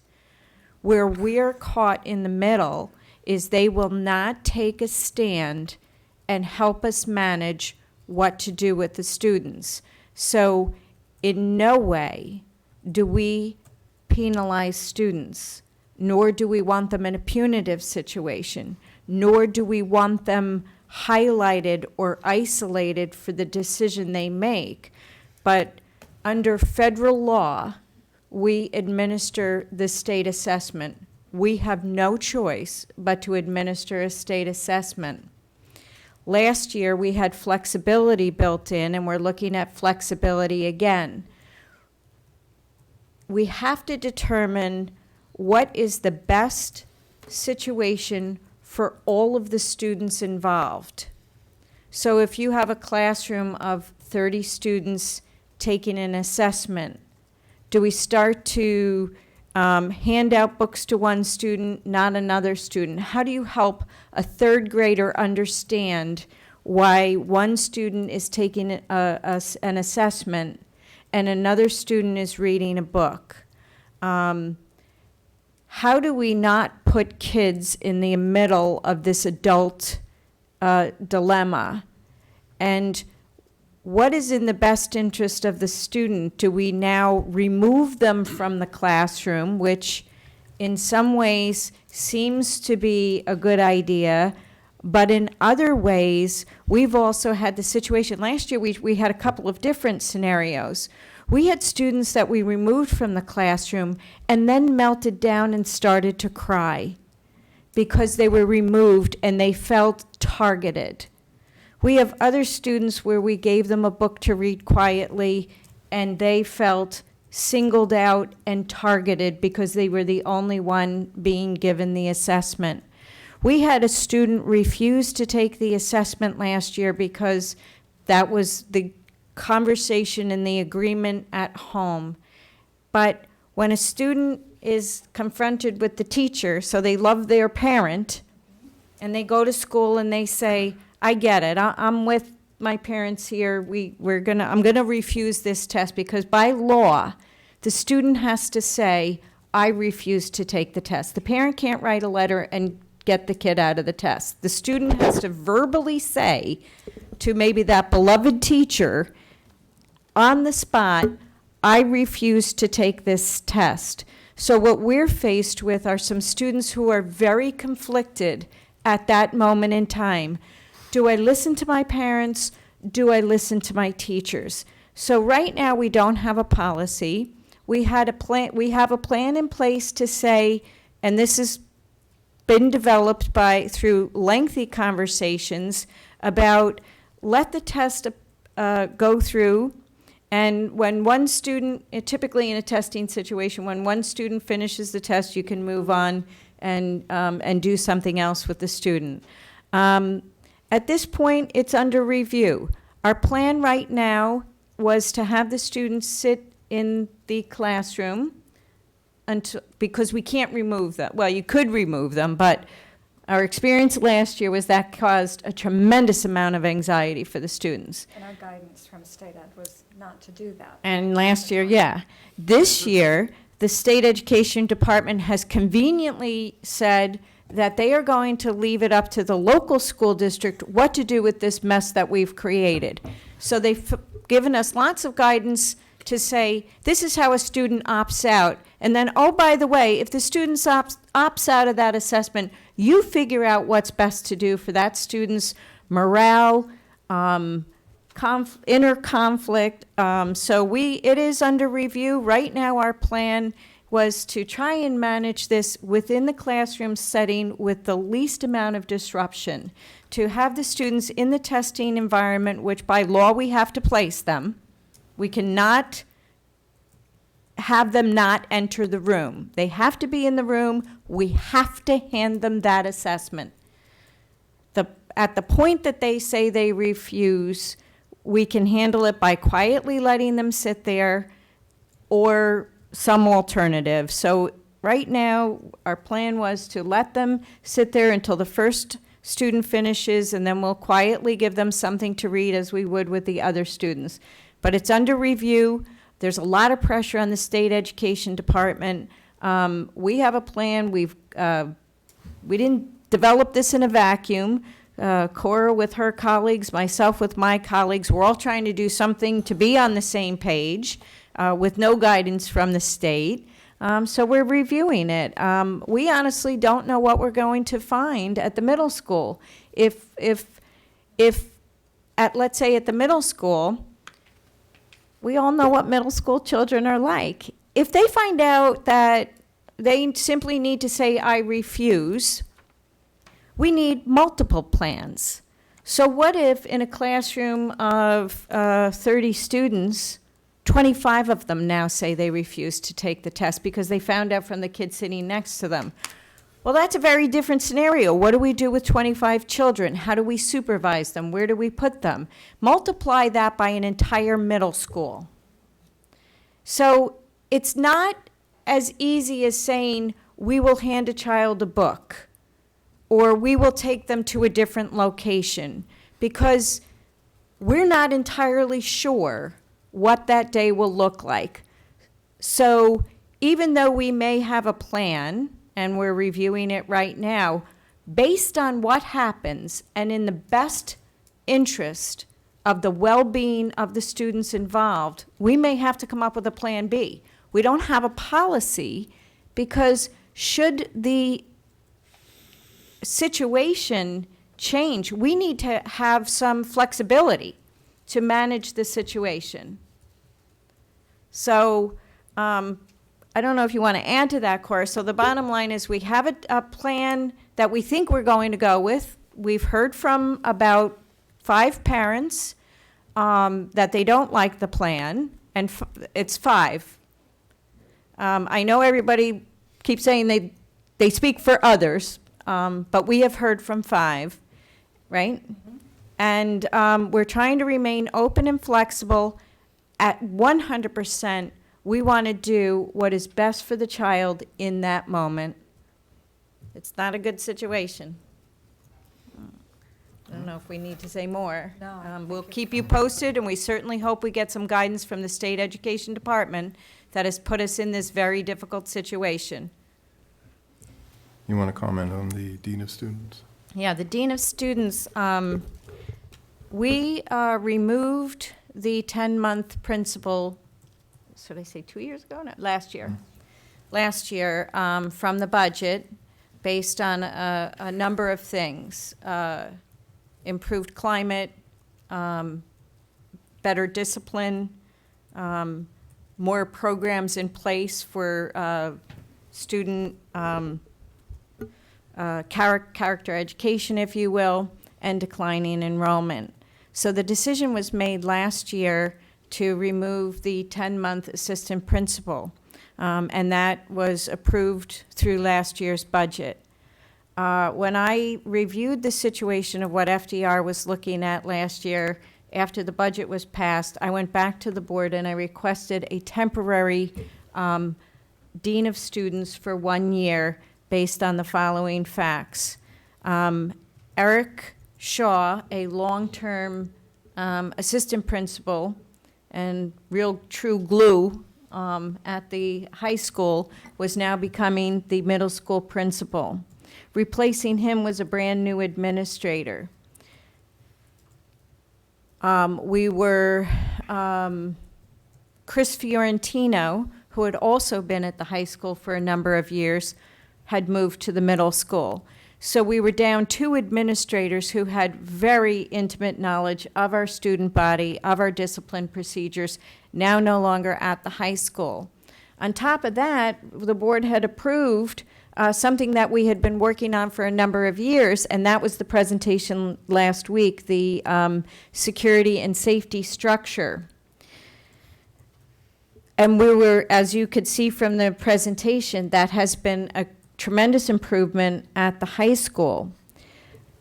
But going into next September, with the loss of 2 of our longstanding assistant principals and a brand-new safety structure that needed to be implemented, managed, put into place, and, you know, become part of the culture, there were too many, I would say, chinks in our safety and security for our students, too many new things to be managed, with Barbara, Maureen, and Mark remaining the only stable figures at the high school. So now we have had, Dan Cowan did his internship there last year, and so he had his internship experience, and now a full year under his belt. He's doing phenomenally well. So now we have the stability of Mr. Cowan, Mr. Plesha, Mrs. Maureen, and a full year under our belt of the security personnel at the high school. So the commitment last year was to put in a dean of students for 1 year to help us through the transition. Mr. Ruella has done a phenomenal job, but the plan all along was a 1-year transition position. And it was a trade too, right? Yes, it was a trade. We were down, we had because of declining enrollment, we needed 1 less science teacher. So it wasn't a financial cost to the district. We moved the science position, if you will, to the dean of students to help us through the transition. And now that needs to go back to the program code. So. Okay, I'm going to take a swat at Mr. Eglinton. From the bottom up, cost per student. I think you should know, well, you may not know that the New York State probably provides more special education services than just about any other state. And you may not know that in this district, about 14% of the students account for 50% of the cost. So if you see that Hyde Park spends $17,000 per student, and I'm not saying we shouldn't be doing it, but that we not have any special ed, it'd be somewhere around 9,000, 9,500, somewhere around there per student. So there's cost to student and there's cost for student. You know, it's a funny number when you look at it. We do track college accepts, don't we? And military and trade, as I recall. So we do have that data. It's part of the school report card that's public. And of course, every year we have a measurement of results on how many graduate, how many various categories, in addition to overall, also by ethnic groups and things like that. So we do have that. And I'm not sure, there are certain towns that might not agree with us, but I think we've done a pretty good job of keeping the taxes down, and I hope we'll keep doing a better job. So I don't know if anybody else has anything they want to say? I want to respond to. Okay. And the assessment report is on my part of the website. So again, if you go to the main page and then go to district, it will give you a menu, and in instructional services, there's the annual assessment report that includes all of that data that you referenced. In response to your question about whether or not the Common Core is resulting in better achievement for students, it's a little bit premature, but I'm going to tell you 3 things that I've seen in the last few months that give me confidence. One is first grade teachers. This year, I'm observing and evaluating every first grade teacher in the district. Last year, I did all of kindergarten. And in 2 of our buildings, we've implemented something called the Units of Study, which is a writing curriculum. And invariably, what I'm hearing from each of the first grade teachers is that the Units of Study is resulting in significantly improved written language skills on the part of their first graders. So I'm thinking of one in particular at Ralph R. Smith, who showed me samples of student work that were about 3 months apart. And the difference between them was something that this veteran teacher who's been with us, 20 years, said she has never seen. So that's a Common Core aligned support resource in the area of writing. Another example I would offer you is at middle level, where as I do walkthroughs in classrooms, I'm listening to conversations where students are defending their positions rather than their opinions. So a teacher is saying, show me in the text where the position that you're sharing with our class can be supported. And students are going into the text and saying, okay, in the 3rd paragraph, the 2nd line, the quote is this. That demonstrates to me that, XYZ is true. So they're not just sharing opinion, they're creating positions and having to defend them. That's part of one of the 6 shifts that are embedded in the Common Core. The 3rd example that I'll give you is from this week, observing our integrated math teachers, integrated algebra teachers at the middle school. That small team of teachers has common planning time every day. And part of what they do is called an exit ticket at the end of every lesson. So before students can walk out of the room, they have a short task that they need to do that's given to the teachers.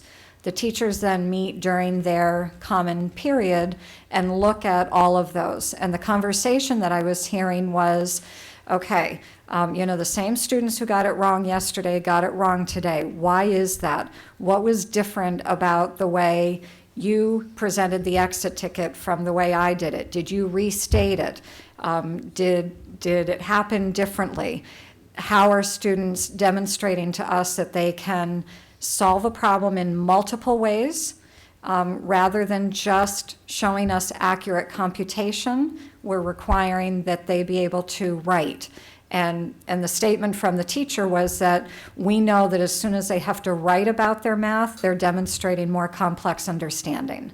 So I'm hopeful. And those are just 3 examples in the last several weeks that I've seen that cause me to be hopeful. Thank you, Cora. You're welcome, sure. Any other comments? I'd comment more than anything. Corey, you indicated all of the things that Mr. Eggleton pointed out that as measures of how the Common Core is giving us better students is available on your website and other things.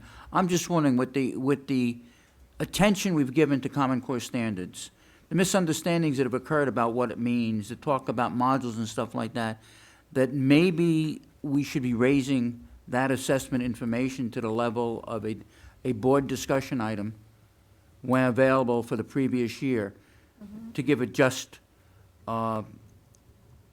perspective, and also a true awareness of the district's interest and concerns about that, rather than just putting it on the website that some people go visit. I think it's coming to that point. And in another area, I was going to ask it, but I'll ask it now, and it has nothing to do with anything we've heard. But over the last week, again, we've seen more and more information coming out of SED and other areas about the changes they've recommended, the legislature's making changes and stuff like that. How will some of these changes, or will they at all, affect your plans for the future, like delaying for 5 years the final assessments of students that, they're saying right now the fourth graders now will be the first ones that'll have to take the Common Core standard-based Regents exams and stuff like that. Are we going to go ahead at this level? And you may not have the answer yet, because this information just coming out this week, Yep. What are our plans to adjust to that, or how are we going to deal with it? Sure, no, I'm happy to give it a shot. So some of the changes that Dan's referring to are related to the relationship between the Common Core standards and the accompanying assessments. So one of the recommendations is that rather than the graduating class of 2000, now I'm going to get my years wrong, 14 or 17, it's now 2022. So there's a 5-year delay in the administration of strict Common Core-based assessments, and the students need to pass those assessments prior to graduation. This year, for example, we have students who are required to take the integrated algebra regions, which will be completely Common Core based, but the more traditional standard assessment is also made available. So we're expecting our students to take both. So we have a little baseline data on how they're doing. So that's all being recommended to be delayed. But in answer to Dan's question, our plan is still really around the standards themselves. So we still expect to move forward in our implementation of curriculum that is aligned.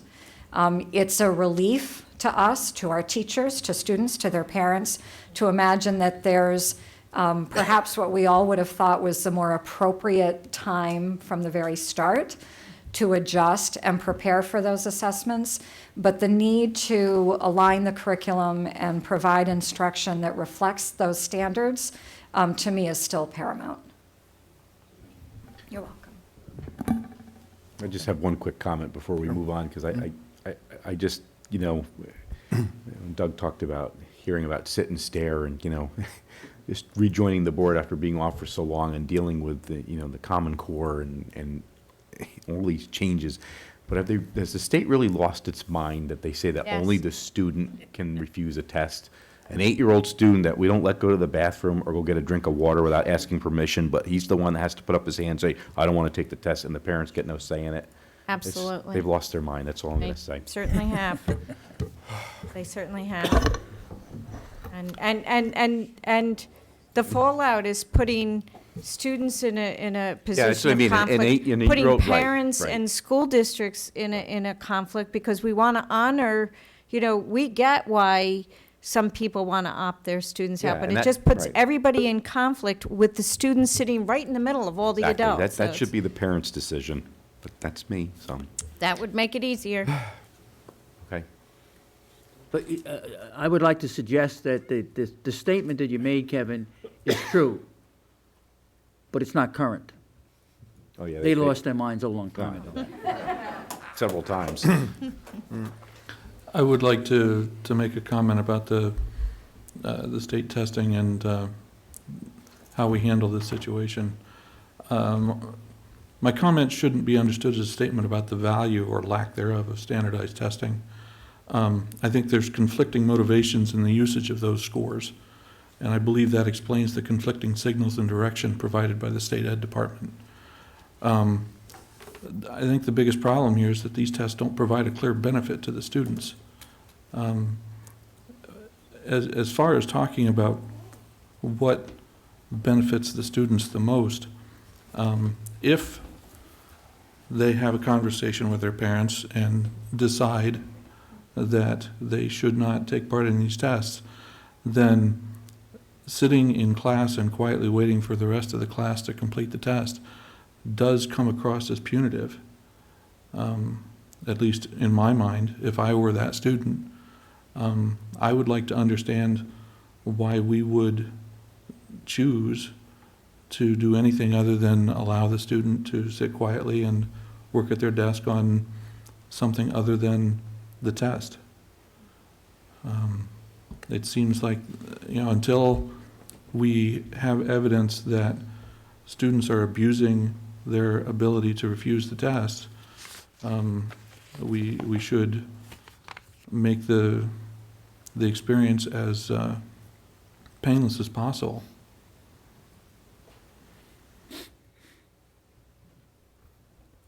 I just have to comment on one thing. I think there is a value in testing. The test might not be the best put together, but there is a value in testing, in my opinion anyway. Well, I think that there is a value in testing when it's used to contribute towards the student's grade or evaluate what they know in a way that leads them to learn better.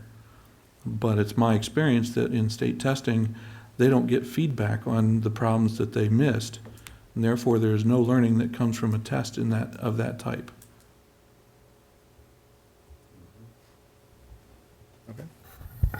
Yeah, I mean, right, a state assessment is not the same as the test you get, because we're gonna do Unit 2 to, see how you did on Unit 2 before we move on in the classroom. It's an entirely different assessment. I agree with that, right? Because at least you get feedback. What did I do wrong? Yeah. Yeah. Okay, I'd like to move on, if everybody's done. 8.1, mid-year review of board goals. Woo-hoo.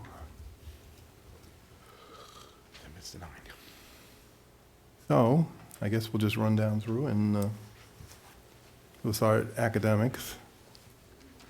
Our first goal was monitor the implementation of recently adopted literacy and math programs.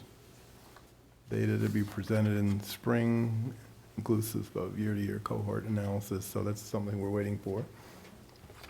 Receive quarterly updates regarding how Corpsman Core outcomes have been integrated in instructional practice. I know we've had at least one. I was trying to remember if we had two. We had two? Okay. So we did have 2 quarters, so that seems, so board operations, deadlines for submission, for board agenda materials will be met, and there's actually a typo in this. As far as I'm concerned, it should be, the district clerk should receive it the Monday preceding the week of the Thursday board meeting, not the Monday preceding the third. It really should be in that. You can correct me if you want. I don't follow you, Doug. Well, yeah. This says the Monday before the Thursday. This past Monday. That's too late. Right. That's already too late. Right. It should be the Monday of the week preceding the week of the board meeting. Okay. I think that the conversation we had about this did, in fact, intend for it to read exactly the way it does read. That's what I thought, but. As a drop dead date. Yeah, okay. So can I be clear on that? So what do you mean? You mean this past Monday or a week ago Monday? This past Monday. Yeah, I think it was no additions to the board Okay. agenda after the Monday. Right. So unless we're all going to be put into prison, there's no walk-in thing on Monday before a board meeting, Right. unless there's a real legal Right, need to right, do it. right. Okay. It's my impression that there has been very little in terms of additional material on the agendas. I think it's been working pretty good, Yeah. yeah, so far. Yep. Start public meeting no later than 5 minutes after the posted start time, at least 90%. I think we've done pretty good on that. That's one of I the can only easiest remember one metrics. meeting that we were. It's what time we come out of executive sessions in the minutes every meeting, so Right. we can see that pretty And easily. I think we were only 5 minutes late once, so. Develop and implement a plan to visually present agenda items at board meetings by the end of the school year. Work in progress. Visual meaning like a smart board or TV, Projector. or if you were in Middletown, you would have a 70-inch TV in every room, but we don't get the kind of state aid that they do. That's still, I think, a goal. Technology Depending on our Committee budget has and- discussed this. Yes. Also, investigate alternate space to be used for board meetings. I think we've discussed it, but I think we'll be able to spend more time after the budget process is done, to Well, tell you the truth. I don't think we're going to make progress on that unless we form a special committee. Okay? That might be true. Yeah, I would suggest that that's probably something that really doesn't need to be talked about at this table until an idea is ferreted out, and Yep. I would agree with that. We're all very busy when we come together. We got a lot of other stuff to do, and that's just not something we're gonna spend a lot of time on, I would Yeah. think, so. Or else we conduct an extra meeting Just to as a work discuss that, session. Yeah, Right. yeah. Because I don't think it's going to take a long time to look at the possibilities and Yeah. narrow it down Right. either. No, I agree. All right, we'd have to have. Sounds like Elliot people are Either a volunteering for special that. meeting or a special committee. All right, well, let me think about when we might be able to do that. As far as the budget goal, that's in progress. Create a budget to maintain as many programs as possible, given the student budget cap, given the budget cap. And since we haven't gone into reductions yet, we don't know if they're distributed with equity, but we certainly, that's our goal. And fund balance should not exceed 4% of, at the conclusion of the year, and I think we've been pretty good at that. We got there last year, and I think we're on target to be there this year. Report cost-contain efforts on a quarterly basis. Now, this one I don't think we've done. Yeah, we have. Yep, it's so subtle, but we. Oh, it's we subtle. did- yeah. No, but it was actually listed on the agenda. So we had one, We would have had did we that, have too. two already? I think we started the. One informal, one formal. So the informal one was the first one. There was a formal presentation before the winter break, and then we took your goals and the agenda planner for the year, so we will have had 4 by the end of the year. They're scheduled. They're scheduled on the planner anyway. If we erase them for some reason, then we don't. But we did plug them in the same way we plugged in Okay. all the Common Core updates. They all have the dates when they're going to do the cost containment. In community, this one I know I haven't done. Members of the Board of Education shall contribute at least 10 items of content to the district Facebook page. I don't use Facebook, so it's a little tough for me. Well, if I'll give you one manageable way. Do you have smartphones? Was that on cue? It's not a smartphone. If you have a smartphone and you attend an event and snap a photo, you can email it to Lori Benton, and she will post it on Facebook. The other thing you can do is if you have something, it could be an inspiring quote, it could be a historical fact about our school district, it could be anything you want. But if you send it to us, we'll get it on Facebook. So don't worry about how to get it on Facebook, but if you would like to put something on Facebook, send it to Lori Benton and myself, and we will put it on Facebook for you. Okay. See, it's tough being old, you know, do the stuff. Hope I never get that old. And facilities, You don't understand what the alternative is. Do you really want that alternative? we have received updates from the energy educator, so that's good. And we did have a discussion on the projections and the enrollment capacity study. And that was a formal That was report. I gave a formal, yeah. PowerPoint, yeah. Right, so we did that, Did it in January instead of February, I believe. right. And 2 updates on the master facility plan. We just had one 2 meetings ago, I guess. So policy, we're cooking along. Not sure if we'll actually finish them all by the end because we got a lot of changes in, but we're gonna give it a shot, right? So. And technology, create a long-term technology plan.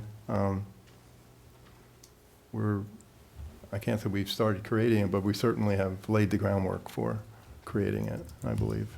Yeah, I think we're making good progress on that. Yeah. So that's that. I just wanted to bring to the attention of the board that in your packet was an activity we did it with our administrative team. And part of strategic planning or good strategic planning is to make sure there's some alignment with all the goals.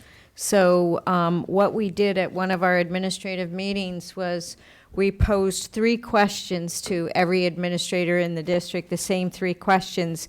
And in real time through Google Docs, everybody spent 10, 15 minutes of our administrative meeting. And the 3 questions were describe, all of our administrators set SMART goals. If you remember, you also used the SMART goal for this year. So each administrator weighed in on how one of their goals aligned to a Board of Education goal. And on that one, I put some numbers because I thought when 12 people could link their academic goal to your academic goal, it just shows some strength and alignment. The second question was, is there a Board of Education goal that you would like to weigh in on or contribute to, and why? Not a lot of people put why, but they all said areas where they would be willing to help out or are helping out with. So that was good feedback. And then I asked them to make one suggestion or recommendation for communication and or public relations that would enhance a goal. And so there were a lot more results, but a lot of common themes. So wherever possible, when 5 people said the same thing or 10 people said that, I condensed them into thematic responses. So just so that this is just for you and also for you to know that we've tried to support your goals as an administrative team by reviewing them, responding to them, and letting you know where they were offering. Okay, I found one, invite board to visit buildings, departments, see various initiatives of action. If they're serious about that, I'd certainly like to do that, but, You need the invite. yep, I need to be invited. Right. We will bring that back, yeah, as a simple email, this is coming up, would you like to join us? And it doesn't have to be something super spectacular, Right. Everything is worth seeing at some point. The more we get exposed to, the better off it is. I will relay Okay. that message. And I thought that was a good exercise, by the way. I liked the list. It gave me something to think about. Okay. The next item is, get back there. 8.2, nomination and election of BOCES board member or members. As you may recall, I think we all got a request from Wabenshire's trustee that he would like to be considered as a BOCES board member.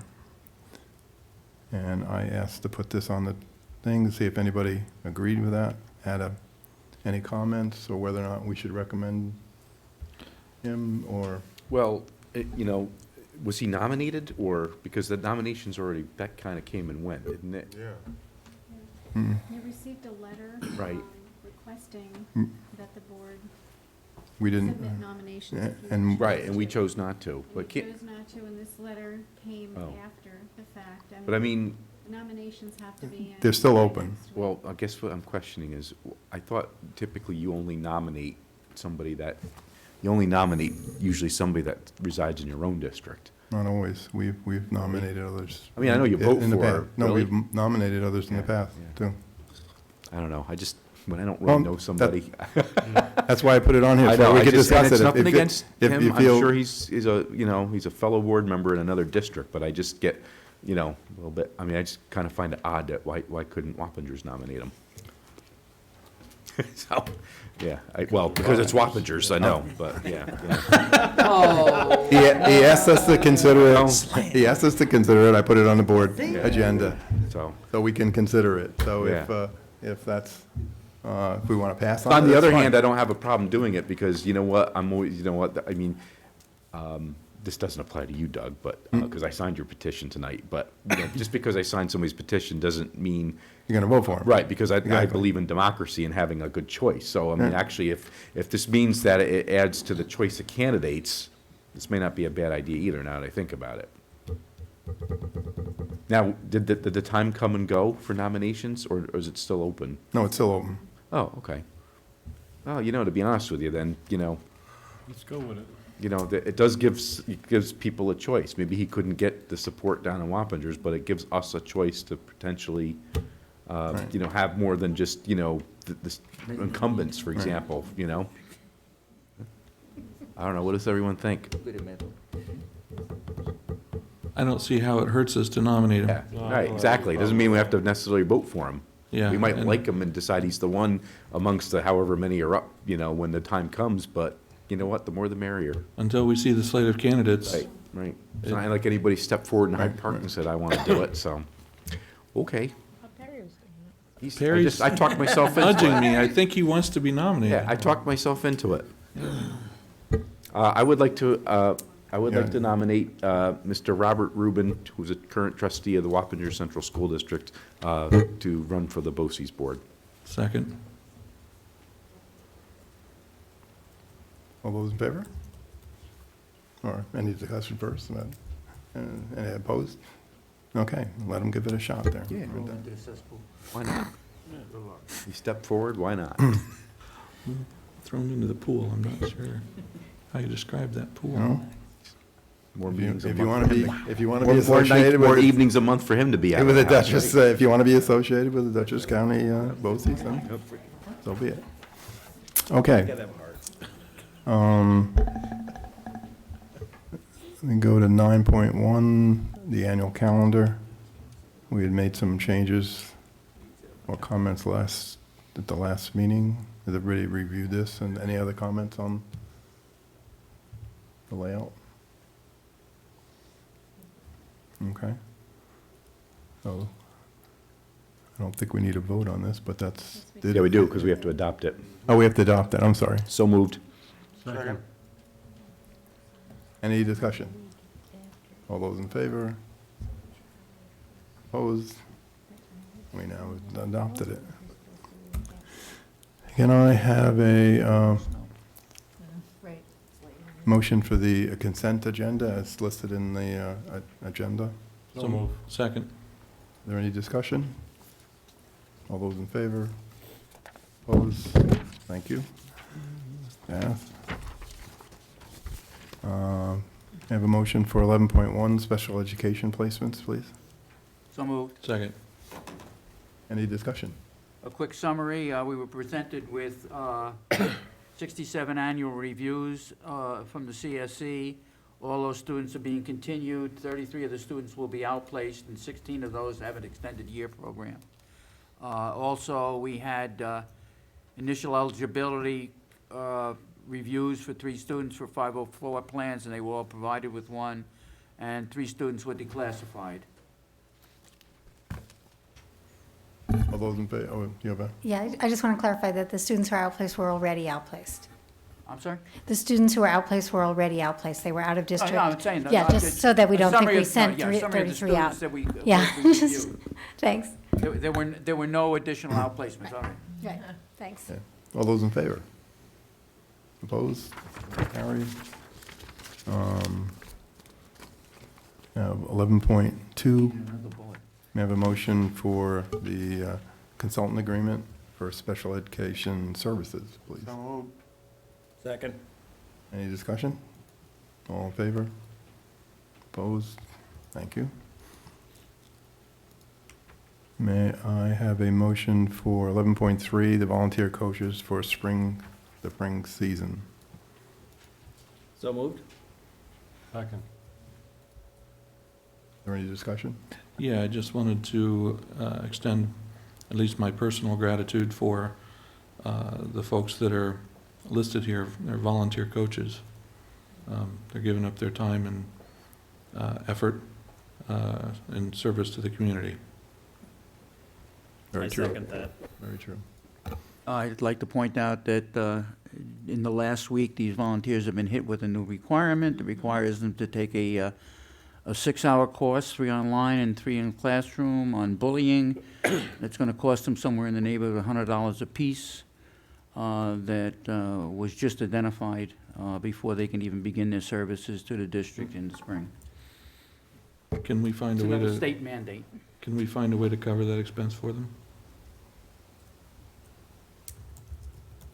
I mean, I found out that I'm not qualified to provide the training, which I offered to do, because I am qualified to provide it to everyone else in the district, apparently, by regulation, just not the coaches. We certainly didn't budget for it, so we could go back and talk about that. What's the cost? Do we know? It's between $80 and $100 is my Each, right. It's 1, 2, 3. Yeah, there's 9 coaches listed. It just seems like the Yeah. least we could do is cover their expenses for that. We'll have Wayne look at that. then. It has to come out of this year's budget, so. Out of Board of Ed salary, right? Yeah, we'll take it out of Board of Ed salary, yeah, that's good. Well, I will get back to you on that. And then I'll finally I have a will number forego other my than bonus. 0. This is for the DASA training. Right, okay, all those in favor? Opposed? Thank you. I have a motion for 11.4, first reading of policy 7000. 7,000 series is 7,100, 7,200, 7,310, and 7,350. So moved? We have a second? Second? Yeah. Any discussion? All in favor? These all had to do with facilities planning, by the way. Okay. And we are back to our second public participation. May I have a motion to go into public participation, please? So moved? Second? Any discussion? All in favor? Opposed? Would anybody like to address the board or address the board again? You're perfectly welcome. Sorry, I'm back. Laurie Mallison. I'd like to respectfully ask that you reconsider this plan regarding the refusers for the test. Just so the board members are aware, I have a 3rd grader, and this is his first year taking it. He's 8, and he will have to sit, which could be up to 90 minutes, 3 days for math, 3 days for ELA, if none of his classmates finish. It's a long time to sit, and that's a very long timeout. Timeout in my house is 1 minute per age. So that's what he's considering it. My only other option is to pick him up, which will mean that somebody will have to escort him down once I get to the school, and somebody most likely will have to escort him back once he comes back if the test is still going on. So that's not fair to the test takers. I'm sure that Dr. Reichik is in contact with many other superintendents. Not all schools are handling it this way. I'm in a lot of parent support groups about Common Core, and I know what some other local districts are doing and not so local districts. Some of them have been very supportive and understanding of this. The refuse rooms that they had at Haviland last year, I thought were successful. My daughter was in one of them. Nobody heard them refusing, so there wasn't any of that, I'm not taking it either. They didn't know why the kids had left at that point. And that would be a good idea. I'm a parent, I've been fingerprinted, I sub in the district. I would be happy to take kids to a library or to an empty classroom and sit there for 90 minutes so nobody's other kid would have to sit through this. It's not okay. We're trying to make the best decision we can for our children. We don't want to be combative, but we need to take a stand. The state has gone too far, and we're trying to work with the district. So please understand, for especially the younger kids, to ask them to sit that long and do nothing quietly is very hard. And most of them that are refusing probably have special needs, and they can't sit there that long. Thank you. Anybody else?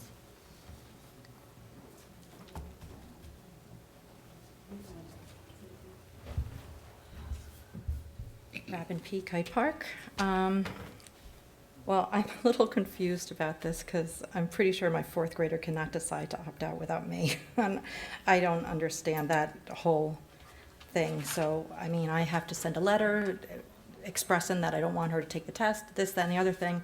If I don't have to do that and she can just tell you, then it doesn't seem to make any sense to me that they actually have a choice. And I was so focused on this, I didn't really notice the Common Core handout. I was just wondering, with the parent outreach that Cora talked about, the brochures, I was not able to come to this parent information night because it was at 5 o'clock.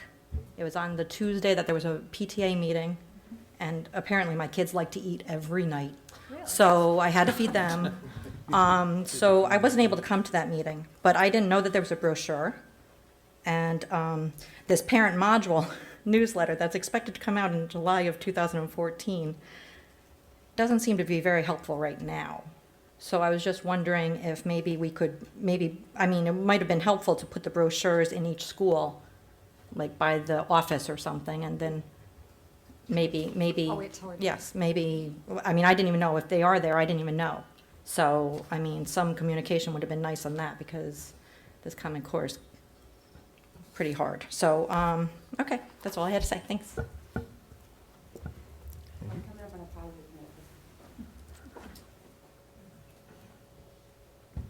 I know of. You have to, after the build-up I you know. got, you come on. I know Aviva has actually gone to the tennis, ACE and Autism. Bob Mayer up at FDR, I don't know if anybody else is familiar with it. He started the program ACE and Autism for children with special needs or disabilities within the district. That program, those teenagers in that high school who volunteer their time, an hour a week, to come teach our kids how to play tennis. It not only teaches them tennis, it teaches them eye-hand coordination, how to follow instructions, eye contact. It teaches them, it gives them physical fitness. It is a great program. And I really have to say thank you because I got the email that we've now gotten the gym between 12 and 1 on Saturdays, starting back up again. If nobody has visited this program, you need to go see it. These kids, one of my sons actually could not do one sit-up when we started. He is now doing sit-ups, following directions. It's amazing. It's a really good program. You really should go check it out. And Bob Mayer and all those kids up there that volunteer really should be recognized for it. All right, that's Bob Meyerhofer. Bay Meyerhofer, yes. Yeah, okay. I just know him as Bob Mayer, Coach Bob. Coach Bob. No, Coach Bob, he's great. Good guy. You should go visit. It's awesome. Great teacher was, too. All right, anyone else? Mr. Hughes? No. We will not. See, he's off camera. Yeah, great. Can I have a motion? Can I have a motion to close public participation? So moved. Second. Any discussion? All in favor? Opposed? Thank you very much. Would anybody like to respond? I think we've covered everything, and I'm certainly you've given us food for thought on consideration. So let's just see how it goes. Deb, if I could, Of course. please. Actually, we did send out brochures to the building, so I'm sorry if that wasn't communicated and made readily available. It is on our website, but if you're here in the next few minutes. I'll hand you one because I have some in my office. But if you would share with others, again, if you go to instructional services, there's a link right on my webpage to the full brochure. But I'll give you one before you go. Okay, we're up to 13.1, Board Subcommittee Reports. So we had a policy subcommittee where we talked about the facility range of policies. We also had a field trip. You want to talk about the field trip? Sure.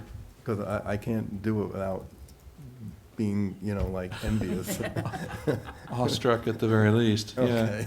So, It wasn't a policy field trip, though. No, it was No. a tech. I'd be it was a impressed tech. if you find a way to take the policy subcommittee on a field trip. The technology subcommittee went to visit Washingtonville and spoke with their director of technology for a couple of hours.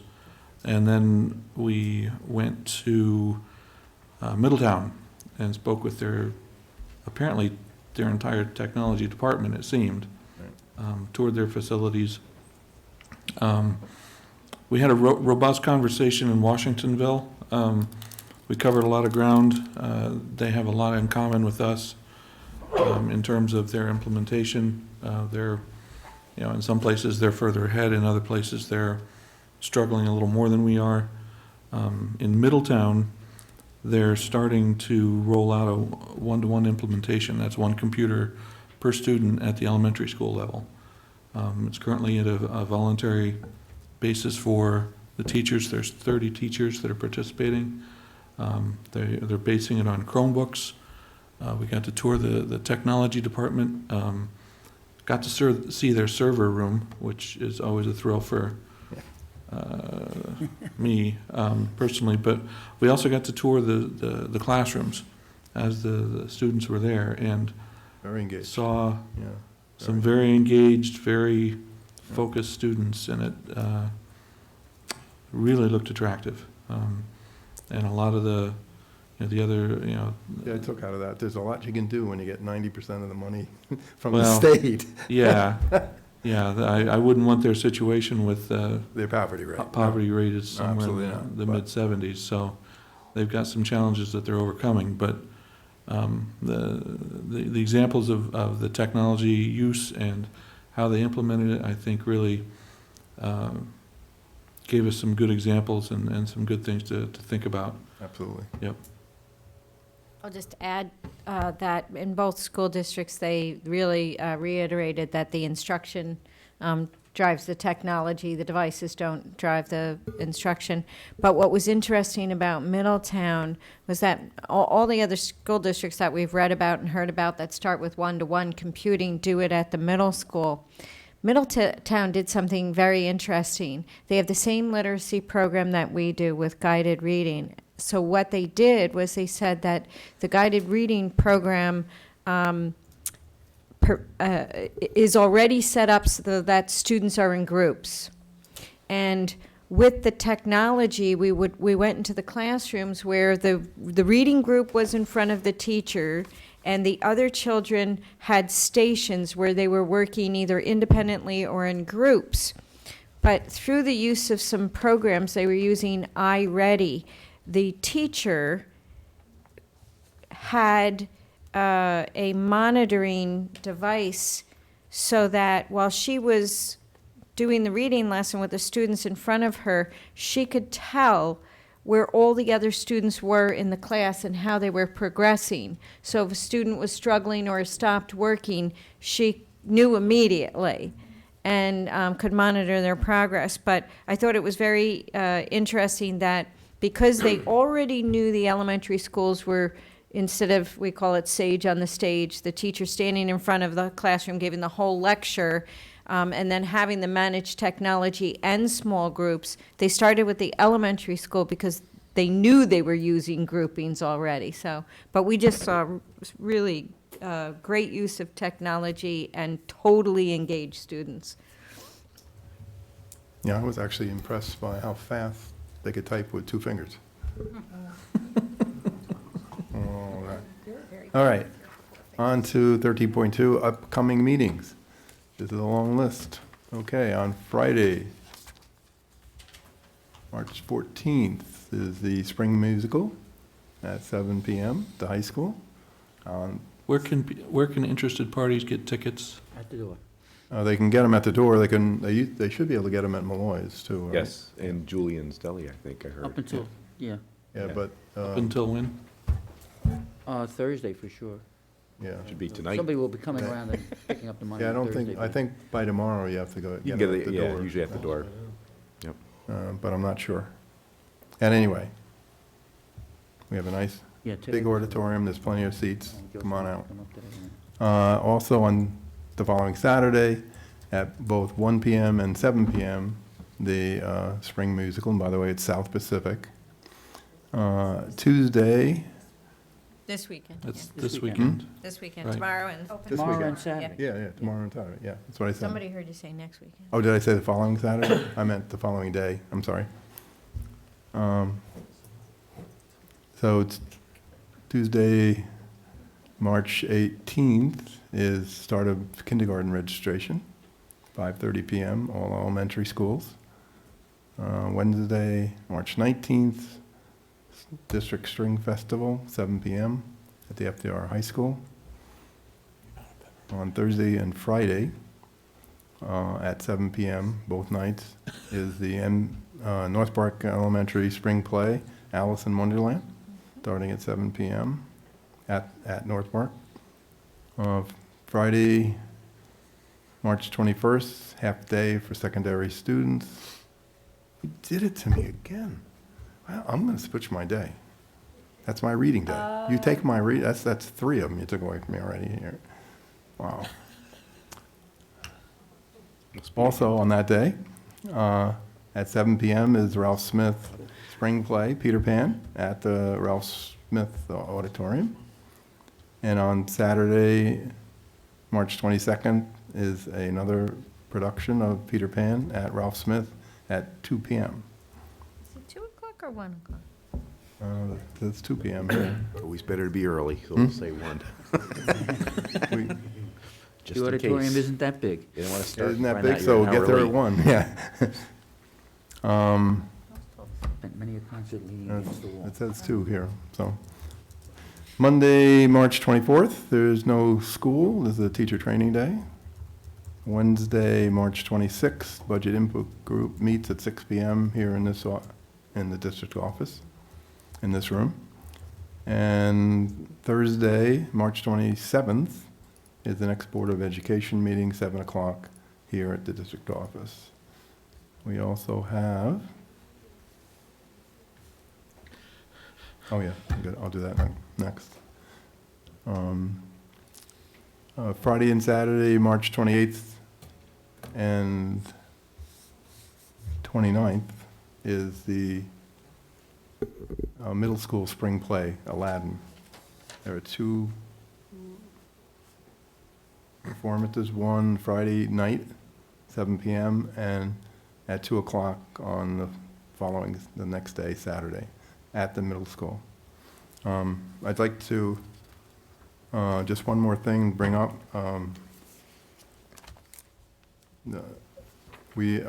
You can now, anybody who's interested in running for the school board can now pick up a packet from the district clerk.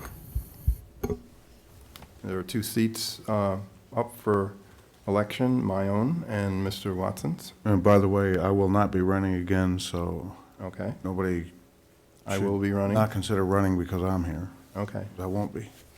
okay, so.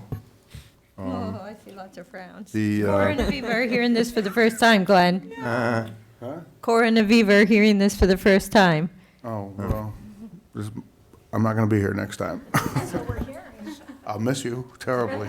Yeah, he doesn't So, sound. long time. 12 years.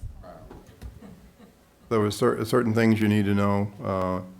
There's certain requirements and dates that will be in the packet that let you know that you need to have expenditure statements 30 days prior to the election, and then a second one, 5 days preceding the election, and the third one, 20 days after the elections to know how much you actually spent. In my case, that will be nothing. Meet the candidates night is scheduled for Monday, May the 12th. That would be following the budget hearing. Yeah, just make an additional comment to that. So, many people know, Gary and Dan and I were elected together, and Gary, was a newcomer to the board and very welcomed and a great addition to the board. But quite frankly, I stepped forward because I thought I was kind of concerned that it seemed like that there were not going to be enough candidates to run, and that seems to be a concern every year. Glenn's just indicated that he's, and you will be missed, by the way, Glenn, but I can also understand after 12 years, yeah, I get it. Yeah, but really, just a kind of an appeal to the community.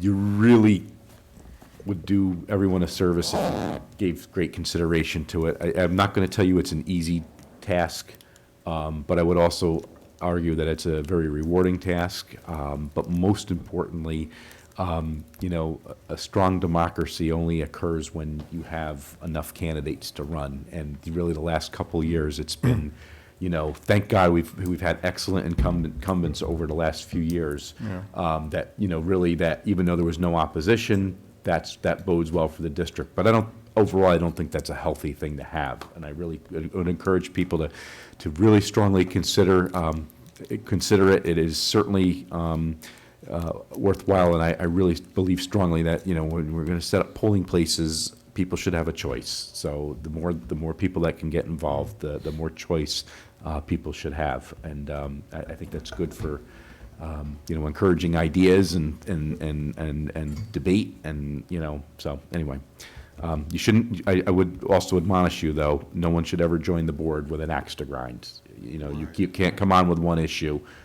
You've got to be here for the greater good. And sometimes it's holding your nose and agreeing with issues you may not agree with, but they're for the greater good. But overall, you should care about the education of our students and the community as a whole, and the quality of schools in the community if you want to be involved. So. All right, one other point. Predominantly, our students come from Hyde Park, but there are other towns in the district. Currently, everybody on the board lives in the town of Hyde Park. Yeah, and that's absolutely by accident. Yeah. Yeah, so, right. I just encourage the other townships that, if you live in the town of Clinton and you want to, give it a shot, do so. And same with if you live in Poughkeepsie or Rhinebeck or Pleasant Valley. Right, So. or town of Poughkeepsie, right, yeah, yeah, totally agree. Because I think I've heard some frustration from community members in the past, about that particular issue. But again, you have to get up and run. And, again, maybe it's an admonishment, but you really, you don't have a right to complain loudly and consistently unless you're willing to get involved. You of course have the right to complain or compliment or whatever, but you really, All right, let's not scare them away. No, I know, but I'm just, so, but, I mean, but over the last couple of years, we've watched this, and, I've also suggested, and I want to see how it goes this year, because I will talk about it again, that if we struggle getting candidates, I would suggest that we consider a proposition, it wouldn't be this year, but in a future year of downsizing the board. Because, you can by a vote and go, it can either be a 5, 7, or 9-member board. We're not 9, but we're at 7. And, if we can't get candidates to, run consistently, I think that would be a thing we'll have to consider, especially those of us that are incumbents and decide not to return. And then you don't have anybody running, then you're in trouble. And I really don't believe in board appointments to a board, for long-term situations, so. Okay, yeah, I personally think 9 is too many and 5 is too few, but, You got to have the bodies to fill the 7. You got to have now. the bodies, Right. that's true. So, Okay, moving on, you have. Need an executive session for 2 minutes. Sorry. yeah. Oh, it's a thing, it's right. Can I just say one quick thing before we do that? Just an additional comment, not about board stuff, but BOCES. Could maybe, Debbie, if you wouldn't mind sending a a note to Nancy over at BOCES. I just figure it might become stronger if it said that it was discussed at the board table, rather than just me calling them. So I was looking at their website on their board, because we were talking about nominating a board, and I'm looking at their board members' website. You know, they don't all have biographies. I really don't care what their biographies are, but could they at least at a minimum, you know, there's a rule. Where they come from? Yeah, they don't say what district they're from. Yeah, no. And there's a rule that you can't have more than one from one district. So it would be just really nice if they could just say, you know, Ed McCormick, you know, parentheses, Arlington. You know, I'd like to know, I know he's from Yeah, Arlington. we know he's from Arlington. But not everybody does, nor do I know where some of these other guys come Right, from. So, right. I mean, you know, this is basic information they need to provide. And I noticed also that there was nowhere I could find on their website, we get the letter from the board president saying, oh, nominations are due, and it's like some secret club or something. It comes to boards of education. That should be a press release. And the general public should see that and say, yeah, I'm interested in that. Let me throw my hat in the ring, and I'll go to the Hyde Park Board of Education and ask them to nominate me. It's not, you don't have to be a board member of a component school district to be a member of the BOCES board. So they need to get a little more transparent in their dealings with the public. So, Okay. thanks. And I There we go. figure if it came from us as collectively, it might sound better than just me Okay, we calling them. do, moving on, we do have a need for a short Very brief. executive session. May I have a motion to go into executive session, please? For the purpose of? For the purpose of? Police matters. Are we allowed to say police matters? Litigation? Litigation. Personnel. Or Personnel. Personnel matters, okay. Okay. Okay. For the purpose of discussing persons or persons. So moved. Or student issues. Student discipline? Okay, that'll work. Student discipline. That's All right. the real Student- reason. That's what it really Okay. is. Student discipline is good. All right. Any So discussion? moved. Or Gary did. You moved? I'll I didn't have the second. list in front of me. We I got a couldn't second. remember. We got a second. Any discussion? All in favor? We're now in executive session. Thank you. If you want to hang out, we'll be back real soon.